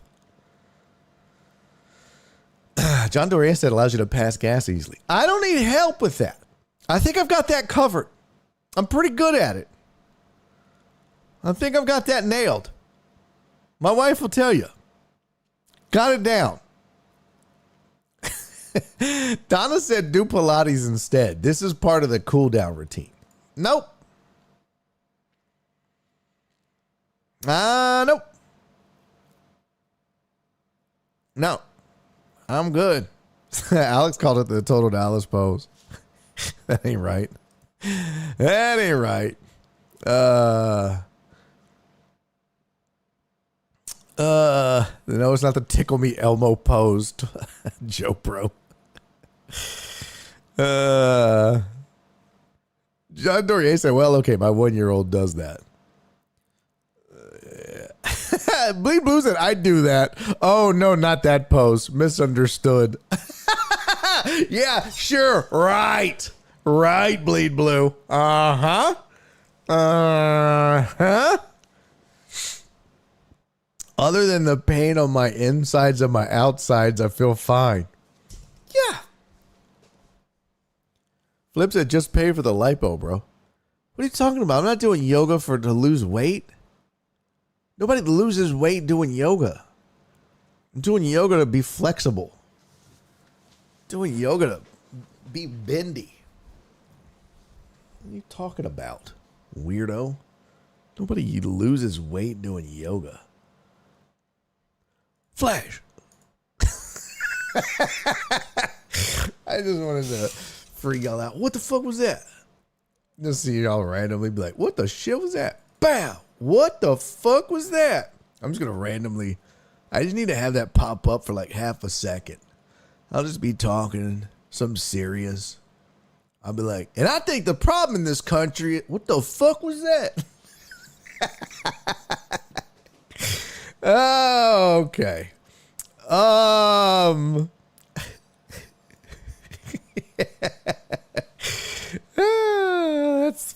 one. No? Okay. Just me? Just sprinkling in a random, what was it? Baby belly, happy, what was it? Shitty titty baby pose? I don't know. What the hell ever it was called. That thing. Whatever that weird ass thing was. Whatever that was, they're doing it. All right, real quick, before we get to this old men yelling at clouds thing, I do really quickly want to say thank you guys for the Thankful Thursdays. Yes, thank you all. Much love to my sweet, sweet Donna, PB Dubs, Sylvia, Cece, and truck driver Pookie. Of course, they all sent messages. My sweet, sweet Donna sent a message. She said, happy Thankful Thursday. I appreciate you, Donna. Sylvia said, happy BOD Thankful Thursday. Thank you, Sylvia. Cece said, cheers to mom, who is an angel. Nasty nails with spice, and Cece finally being an hourglass. Cece, I love you so much, I swear. BB Dubs, thank you for the Thankful Thursday, man. And lastly, truck driver Pookie making an appearance on the Thankful Thursdays this week. Thank you, buddy. He said, Thankful Thursday. Instead of thankful, like I'm a fool. Thankful Thursday. Thankful. Oh, F-O-O. Appreciate it. Hashtag lawn talk. Yeah. Is it too early to put down new plants and mulch in landscape this weekend? 'Tis a good question, sir. 'Tis a good question.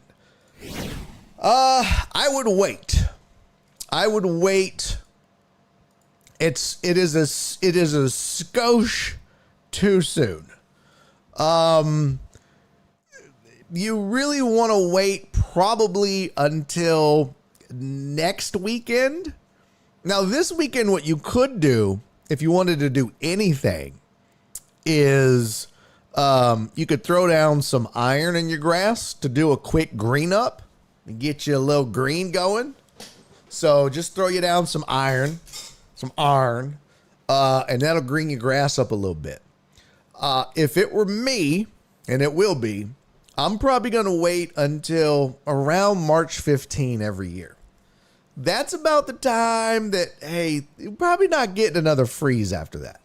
And let's check weather.com. Let's see. I'm in spring. We'll look at the 10-day for spring. 10-day for spring. Yeah. Between now and the 13th, the lowest low is on the 8th, and it's 48. So there's still a little bit of a risk, right? Like next weekend, it gets down to 48, and then it's not super close. But again, you're not 100% sure what could happen. So erring on the side of caution is going to be 49 tonight is the low. Tonight's 47. I'm sorry. Friday's 49. I always wait until March 15. Now, the first week of March, you can throw down some iron. And then at the end of March, first week of April, or the first weekend of April, you can fertilize the grass. But for me, I wouldn't plant anything until at least March 15. Okay? So, I hope that answers. What does this say? It looks like something from Kama Sutra book. Yes. What kind of book is that, Perry? Black Sheep, like you don't know. Oh, that's great, Joe Pro. That would be a good contest. One random frame in the middle of hour 3, see who watches it or catches it. That would be really good. The book you read with your significant other. Oh, we know Perry's a freak. Yes. Now we know. Now we know Perry's a freak. Yes.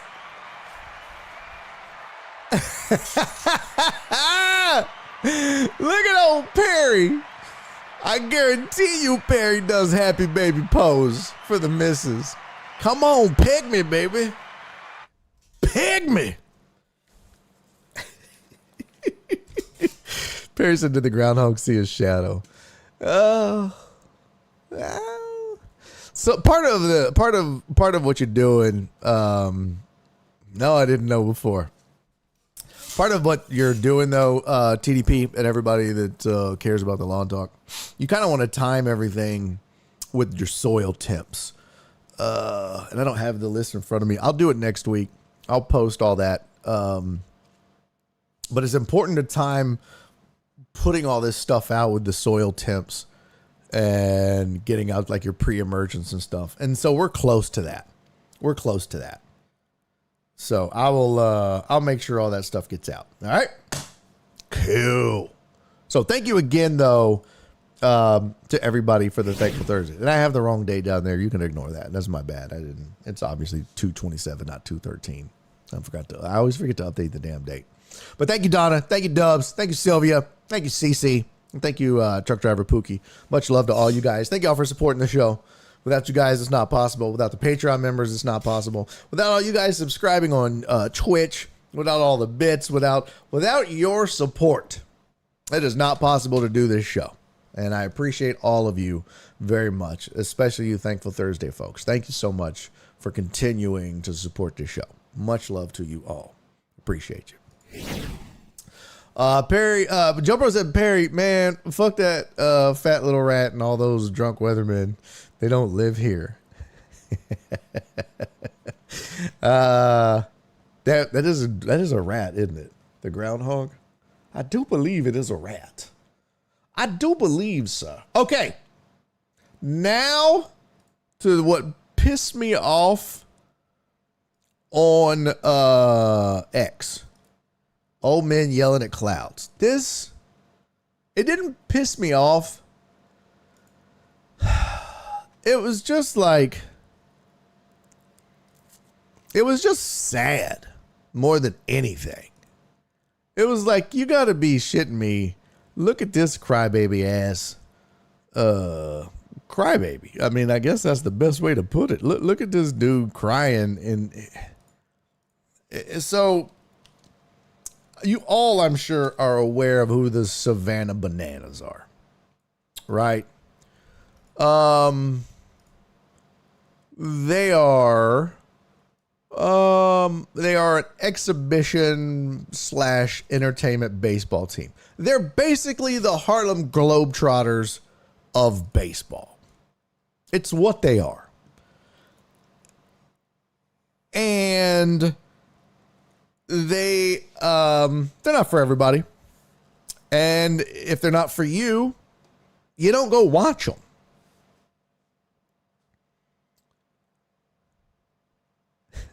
Trace, that Kunas legend says, wait till Good Friday before planting. There you go. Joe Rosa, y'all funny with your lawns. I haven't even decided if I'm going to mow this year. Okay. Well, fair and balanced. But this is the Savannah Bananas at work. Check this out. So this is one of their videos. It says, bet your friends can't do this. And this is during the game. Savannah Bananas in the field. That's them pitching. So that's them. And I'm not playing the audio. But this is them at the, they're pitching. And they're dancing and they're, oh, hey, all right, watch out. That's funny. Hey, okay. Watch the center fielder. Man, that shit ain't easy. What? And then he dips up to the mound. Oh, and he threw a ball. Oh.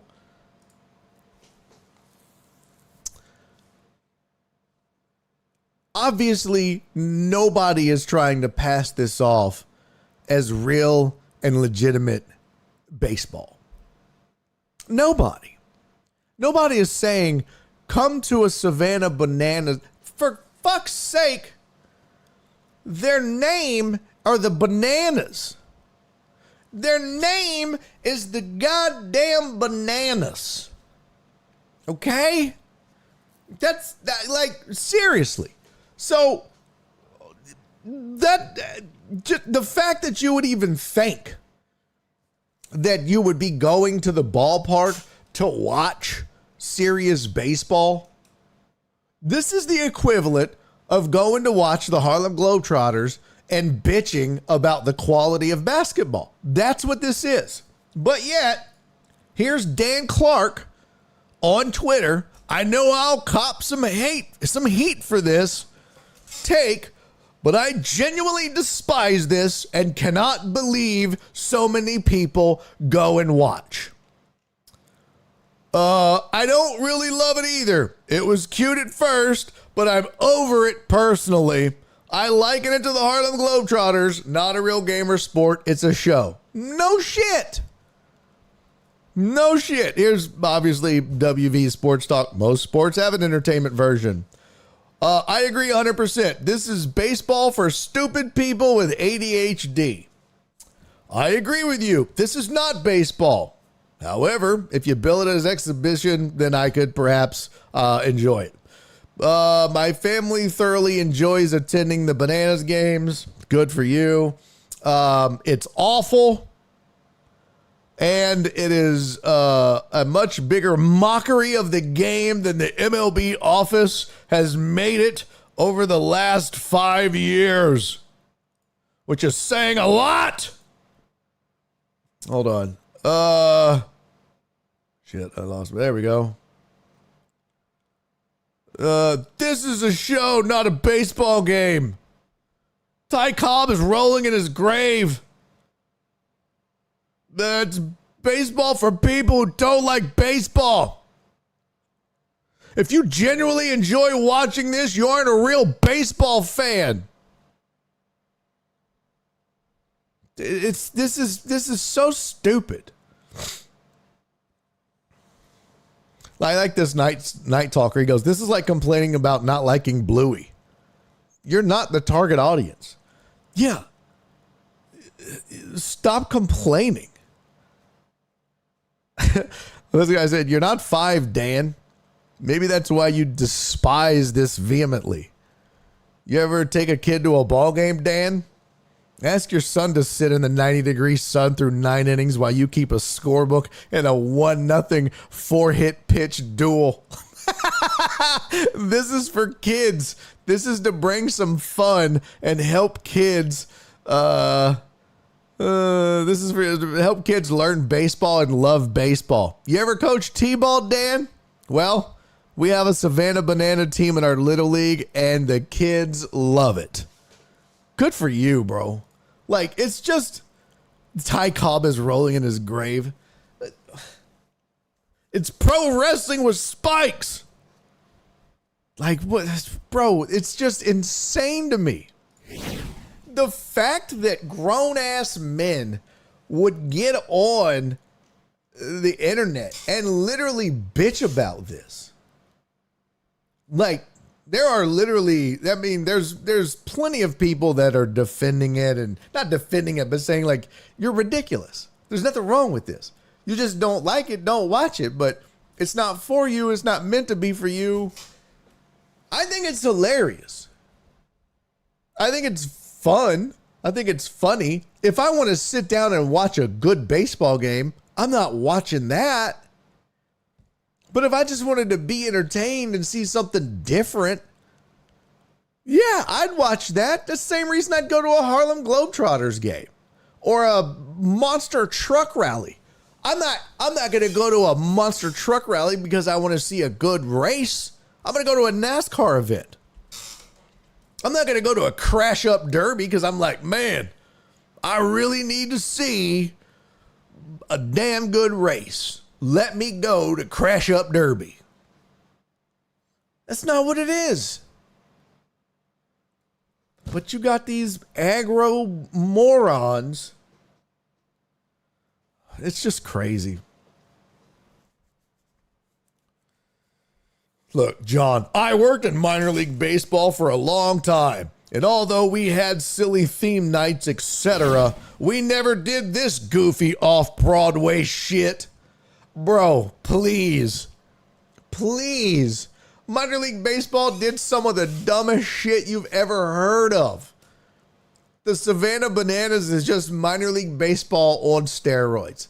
That's all it is. They just perfected the craft. You're just mad because they figured it out and learned how to market it and did what most minor league baseball teams couldn't do.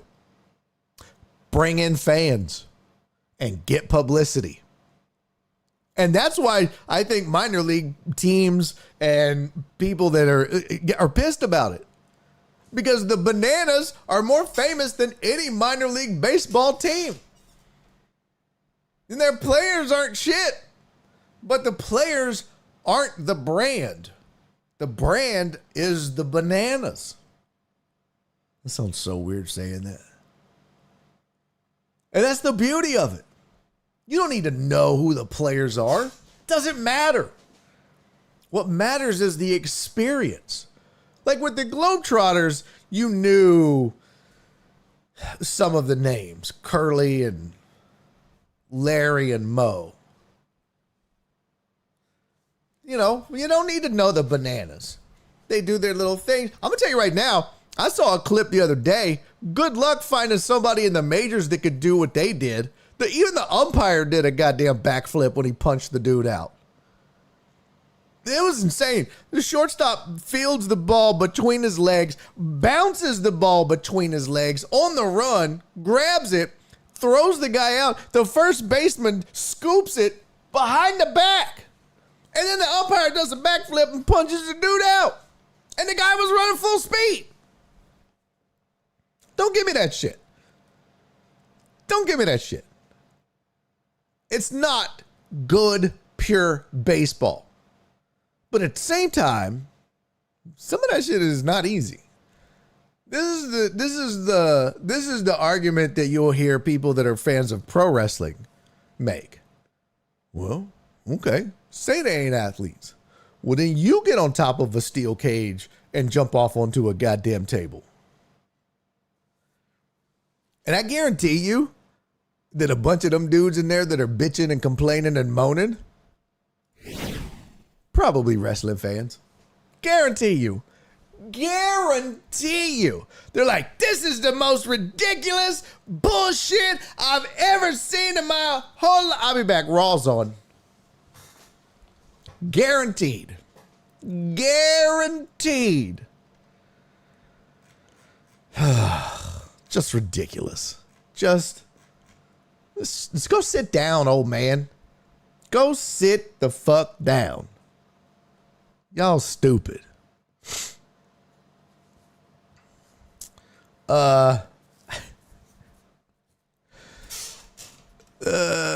Cisco said that's because the Globetrotters were always on Gilligan's Island as Scooby-Doo.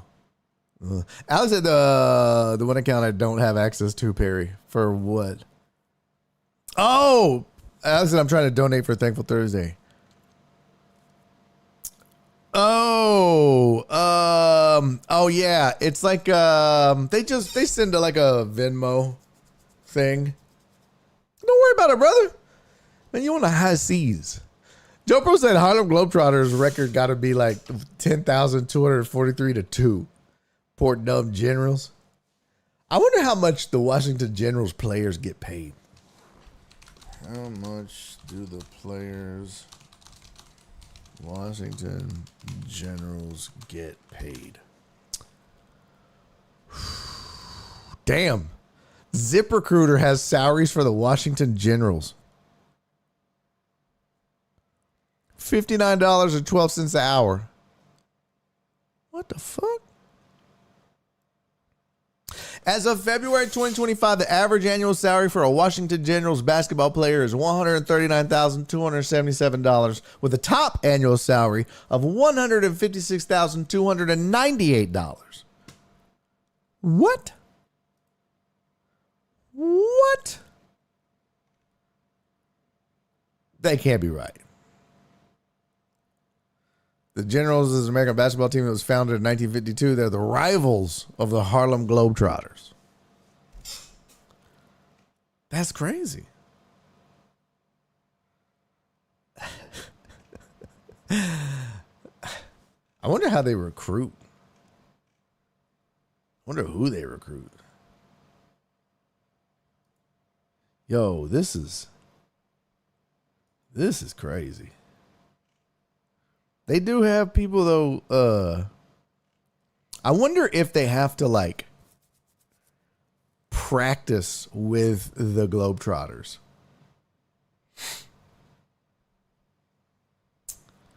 I wonder if they're like, part of the act. Or if it's just like, nah, just show up and we'll do what the hell we want to do. They have to be. Because I'd be fouling fools. I'd be, Oh, what is this? Beating the Globetrotters. Figures vary as to exactly how often the Generals have beaten their rivals. Some reports say 6. While the team official website reports having 3 victories over the Globetrotters, 1 each in 1954, 1958, and 1971. The 1971 win is the most storied of these and is sometimes reported as the team's sole victory. Playing as the New Jersey Reds, they won 100-99 on January 5th, 1971 in Martin, Tennessee, ending their 2,495 game losing streak. Klotz credits the overtime win to a guard named Eddie Mahar, who was team captain. Harlem's captain, Curly Neal, did not play in the game. While the Globetrotters were entertaining the crowd that day, they lost track of the game and the score. They found themselves down 12 points with 2 minutes left to go, forced to play normal basketball. The Globetrotters rallied but could not recover.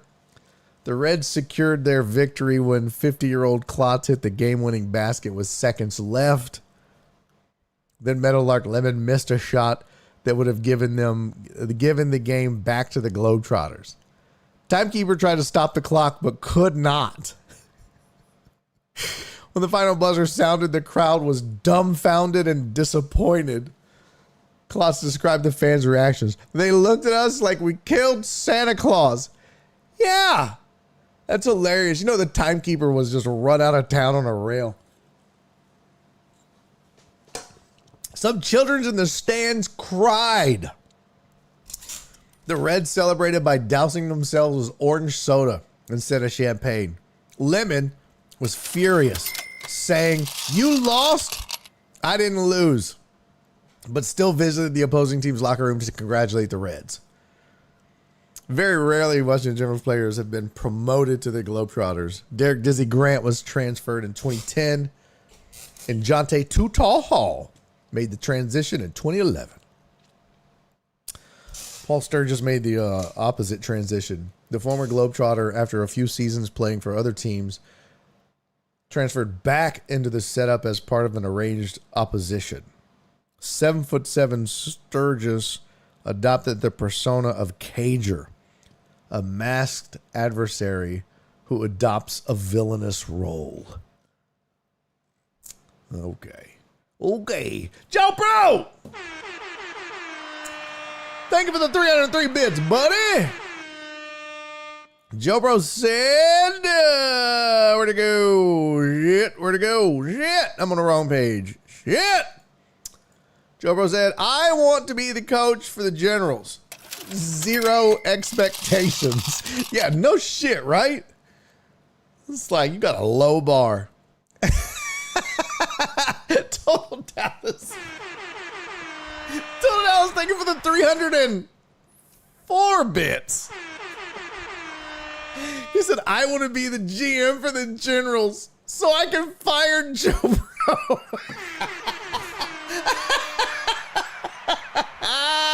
That's hilarious. Yo, you ain't shit, Total Dallas. That is too funny. Oh, my God. That's so funny. Oh, man. Okay, real quick. We got a couple things to get to before we get out of here. We got about 20 minutes left in the show. Couple things to get to. one. Yeah, we can skip this for now. I am going to save this for next week. I'm going to put this as a link. I'll save the Mad Max, perhaps. Max Scherzer was not thrilled with the new automatic balls and strikes being called in spring training. Oh, look at this. Our Arenado says trips to face Yanks was, quote, not a showcase, end quote. Well, we know he ain't going to be playing for the Astros. Damn, they lost 5-0 today to the Mets. Yeah, it's spring training. No need to panic. Where's the Scherzer article at? It's gone. Son of a bitch. Let's see. Max. Hold on. Let me find it. I'm going to find it. Max. Sure. There we go. The headline says, skeptical of ABS system, Scherzer sharpens spring debut.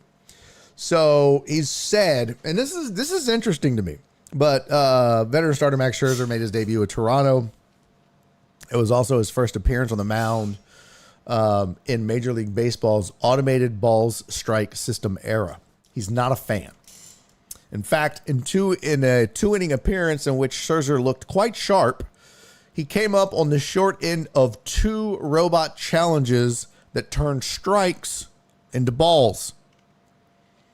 Quote, I'm a little skeptical on this. He told The Athletic after a performance in which he struck out 4 Cardinals in 2 innings. I get what we're trying to do here, but I think Major League umpires are really good. They're really good. So what are we actually changing here? We know there are going to be strikes that are changed to balls and balls that are changed to strikes. So we're going to basically be even. So are we actually going to improve the game? Are the umpires really that bad? I don't think so. I mean, yes! Max, yes! Fucking Max, have you ever watched Angel Hernandez call a goddamn game, Max? It's fucking atrocious, Max. It's atrocious. Yes. Fuck yes, Max. Have you not watched? Max, are you shitting me? Are you shitting me? Yes. What I find hilarious about this is that when you've got a major league pitcher who is on the other end of the calls, in other words, he's not getting the calls. In other words, it was called by the book. Now all of a sudden, wow, we don't need these robots. But I promise you, bottom of the ninth, bases loaded, Juan Soto's at the plate, and Scherzer nibbles the fucking corner, and it's called a ball, he'd lose his fucking mind until challenge. And ABS looks at it and goes, that's a strike.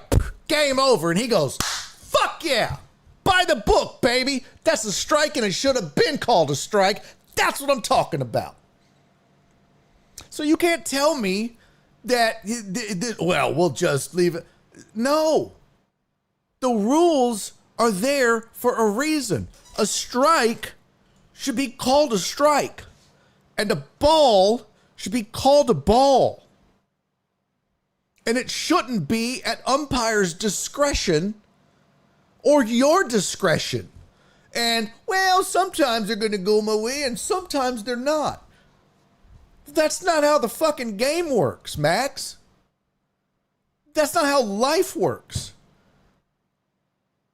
That shouldn't be the rules. Well, sometimes you're going to be called out at first, even when you're safe. And sometimes you're going to be called safe, even when you're out. What? Yeah, sometimes they're going to call it a touchdown when your feet were inbounds, and sometimes they're going to say you were out of bounds when your feet were inbounds. That's so stupid.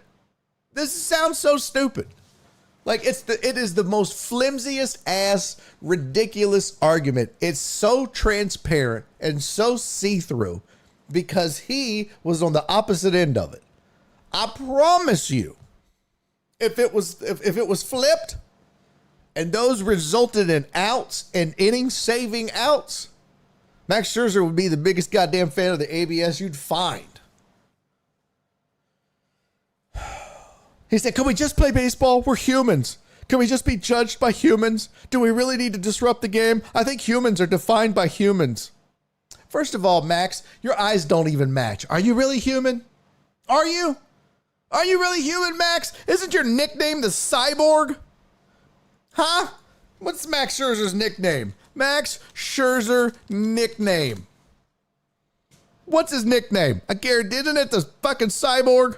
Hold on. Max Scherzer. Oh, shit. Where's the pro? Hold on. Pro baseball reference. There we go. Baseball reference. Nicknames. Oh, shit. Mad Max. Oh, blue eye or brown eye? He's a goddamn robot is what he is. He's a cyborg. Your eyes don't even match, Max. We're not sure you're human. Don't give me that shit. How about you get two matching eyes and then we can talk about who's human and who's not? Okay? I want to hear that shit. I'm not taking that damn, are we all human beings? No. No. Human beings have two matching eyes, Max. Okay? No. That shit don't work. I'm looking like a damn Terminator. I don't think so. He went on to say, I'm skeptical of it. I get what they're trying to do, but I'm skeptical of it. I'm skeptical of what the results will actually be. Actually, he's skeptical of what the results were. He went on to say, I'm just trying to get sped up to game speed. What? I'm just trying to get sped up to game. Okay. You can throw as many bullpens as you want in the world, excuse me, but that's not real. You need to get out there and face hitters. There's a game speed. I need to get back in game speed with mechanics, how everything works, where you want to deliver the ball and where you want to get the ball to. An actual game speed. That's the ramp up process of spring training. So, I mean, he had a good outing. 2-4 last year, 3.95 ERA with the Rangers. Started the season on the IL. So, I signed a 1-year, $15.5 million deal with Toronto earlier this month. So, I am all for this. I think baseball is the last sport to really worry about getting it right. And by God, the fans deserve for it to be right. And what's hilarious to me is that of all the sports, they're like, well, we don't want to slow the game down. What the fuck are you talking about? It's already slow, Max. It's already slow. What are you talking about?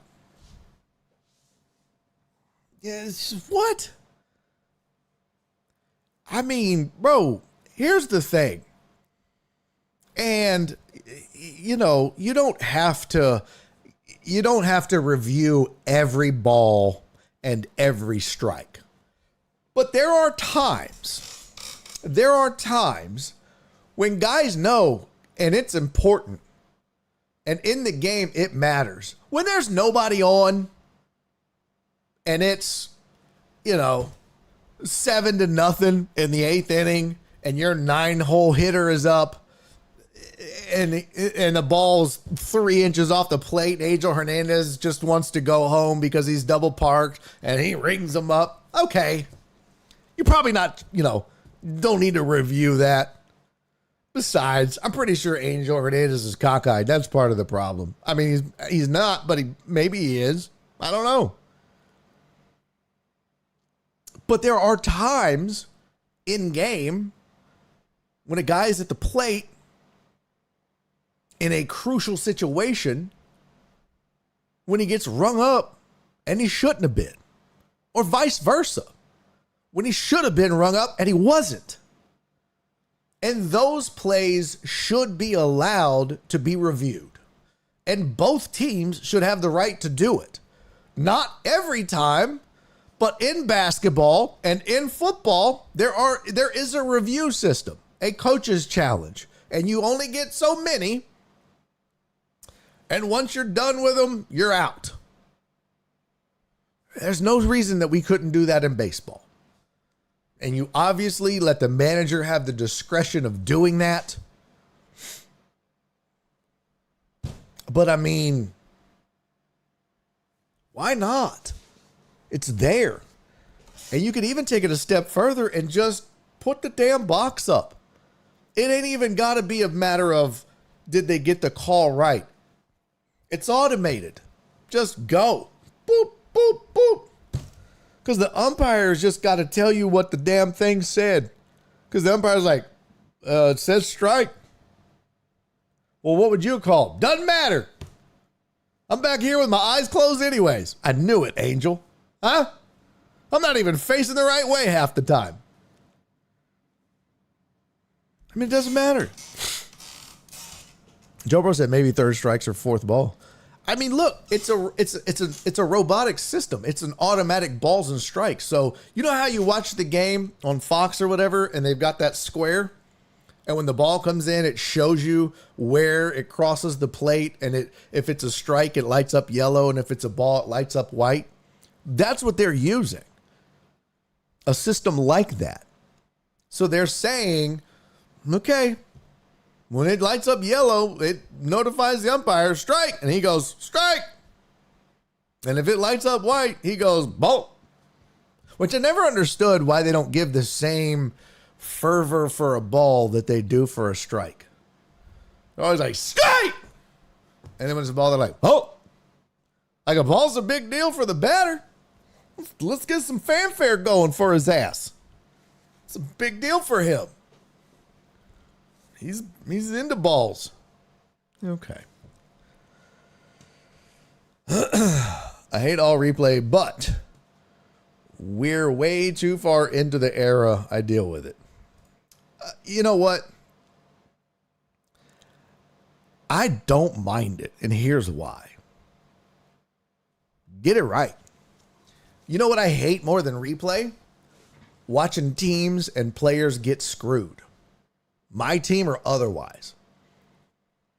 What I can't stand more than having to wait 15 seconds to 2 minutes is watching a team miss out on an opportunity because some dumbass official couldn't get his shit together and get it right.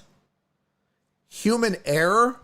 Do you know how much money is on the line for these players, for these teams, for these owners, for people that gamble? All because of one guy fucked it up? You just can't do that. I mean, you're talking about performance bonuses, playoff bonuses. It's just so much. So much is on the line. And you're like, well, it's one game in the middle of the season. Hey, man. And when these teams miss the playoffs by one game,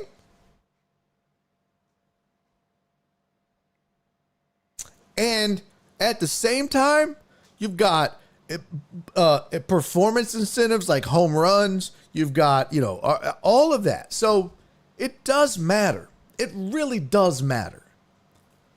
And I'm with John Dorier 1,000%. If every umpire would start to be like, Steve Wright, fucking do the splits and all that, God bless. Baseball would be the most popular sport in the world. Dub said pocket ball strike counter populated by ABS up there to call foil balls and plays at home. Oh, I was like, foil balls. Yeah, foul balls. Yes, that's what I'm saying. You're saying that's what the system is?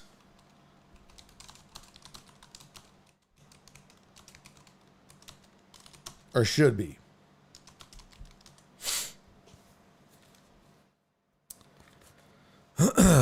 Hold on.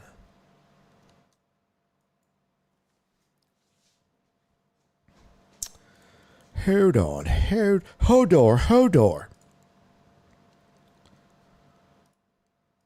Let's see here. We've got several articles. Go away, bitch.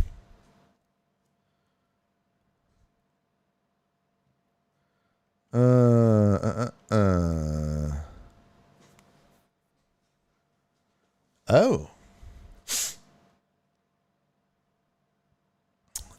Let's see. Oh, this is interesting. So this is from Sportico.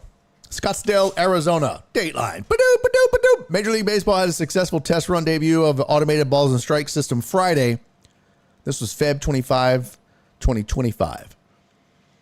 At Salt River Fields, the spring training home shared by Arizona and Colorado. Under the ABS system, teams can challenge the home plate umpire twice each per game to review any ball or strike call. If you're wrong, you lose it. If you're right, you maintain that challenge. The D-backs were right on both of their two challenges that afternoon. Later in the game, the Rockies were right on back-to-back pitches. Interesting. This was the first Arizona start for Corbin Burnes, the right-hander who signed as a marquee free agent with the D-backs this offseason on a 6-year, $210 million deal that included a player opt-out. After the second year, he was impressed. I thought today the system was great. He had good reason to feel that way. In the top of the first inning, Burnes was having his way with the Rockies. Burnes had whiffed the leadoff hitter, Brenton Doyle, and his 1-2 pitch to Kyle Farmer was called a ball. The pitch was close enough that D-back catcher Gabriel Moreno questioned it, but was a little bit hesitant, Burnes said. Unlike instant replay challenges that come off the bench for the manager, only the catcher, the pitcher, or the hitter can challenge the umpire's pitch call by immediately tapping his helmet or cap. The umpire still makes the call, but the Hawkeye technology system can be utilized to overrule him. Okay. He looked at me like, should I do it? I said, go ahead. You're the one catching. You know the zone better than I do. Good thing he did. Strike zone was shown on the scoreboard and revealed the pitch had actually hit the lower left-hand corner. Strike 3. Ryan McMahon struck out swinging to end the inning in Burnes' first D-backs performance. Amazing. So Max Scherzer's not a fan because it didn't go his way. But then yet a whole other pitcher is. I totally forgot about the ABS until I threw that pitch and everyone started yelling. Moreno tapped his head and turned out to be a punch out. As of today, I like the ABS. Ask me the next time I go out. Oh, finally some honesty. ABS system has come to a ballpark near you this spring. 13 of them, in fact, 5 in Arizona, 8 in Florida. System has been tested in the minor league since 2021 and also in select Arizona fall leagues. It'll be back in AAA this season. The minor leagues have utilized 3 challenges per team per game. I think we're still far from it using it in the big leagues. Talking to guys who have played with it in the minors, there's still some issues. Given a small sample in spring, we'll give MLB an idea of what bugs still need to be ironed out. Main issue in the minors has been the accuracy of Hawkeye on borderline pitches, which MLB has addressed by continuing to tweak the technology. Camera system has been improved to better track ball movement. What I don't understand is they say the better track ball movement.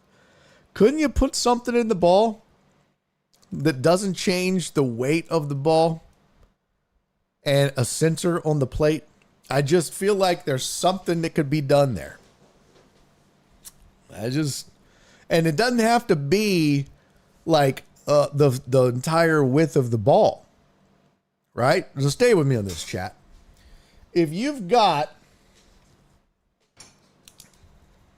I'm going to use this. I'll just use this as an example. Oh, shit. Here we go. This is the baseball, right? If you put a little sensor, something right in the middle, right? That little black dot right there. So you know that black dot is X millimeters from the outside of the baseball, including the seam, whatever that is. Then you know if that dot, the outer edge of that black dot, touches the sensor that is on the outer black of the plate, then it's way outside. But if it happens to be that width in diameter from the black, it's a strike.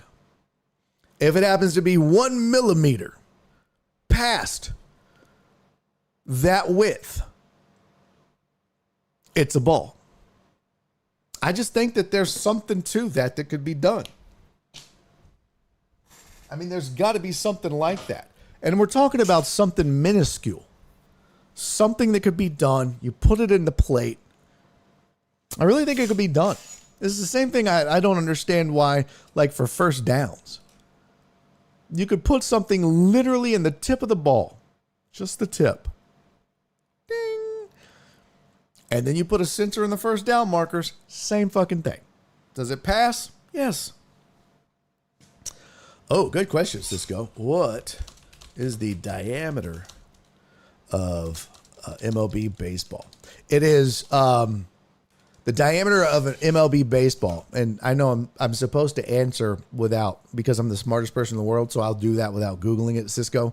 The answer to your question, AMAAA, the diameter of Major League Baseball, Cisco, is how round it is.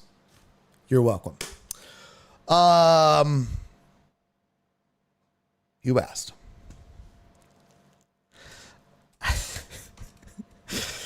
What did Dub say? Oh, yeah. Dub said what it should be. Yeah. Pocket ball and strike counter populated by ABS. Umps there to call foul balls and plays at home. I'm with you on that. That's what I think it should be. I'm there for that. I mean, you've got the counter. It lights up or buzzes. You know what I mean? And when it buzzes, you just go, oh, that's a ball. 2 buzzes is a strike or whatever. And you just call it. Or it just shows on the board. Everybody sees it. Ball. Great. And then you just do the rest of your job. Let's see. Black Sheep said, did you see the one when the ump made the right call, was challenging it, came back, he was right? See? And that's a beautiful thing. It's a beautiful thing. You challenge, you get all cocky. Oh, you're wrong. Oops. Bye-bye. This shit happens. And now you don't think twice. Let's see. Like what I need for my golf balls. Right, CC? CC, what you need is a homing beacon. So when you hit them out of bounds, we know. That's funny. First of all, Black Sheep, I don't hit them out of bounds. CC, it's golf. Damn you, Cisco. That's not what I said. Shut up. Dave said if they can catch my easy tag going 80 through a toll, they can do it with a baseball. Bro, right? That's exactly what I'm talking about. You know that sensor ain't shit. It ain't shit. Same fucking thing. I'm glad we're all on the same page here. All right, well, we didn't get to it all, but we got to enough.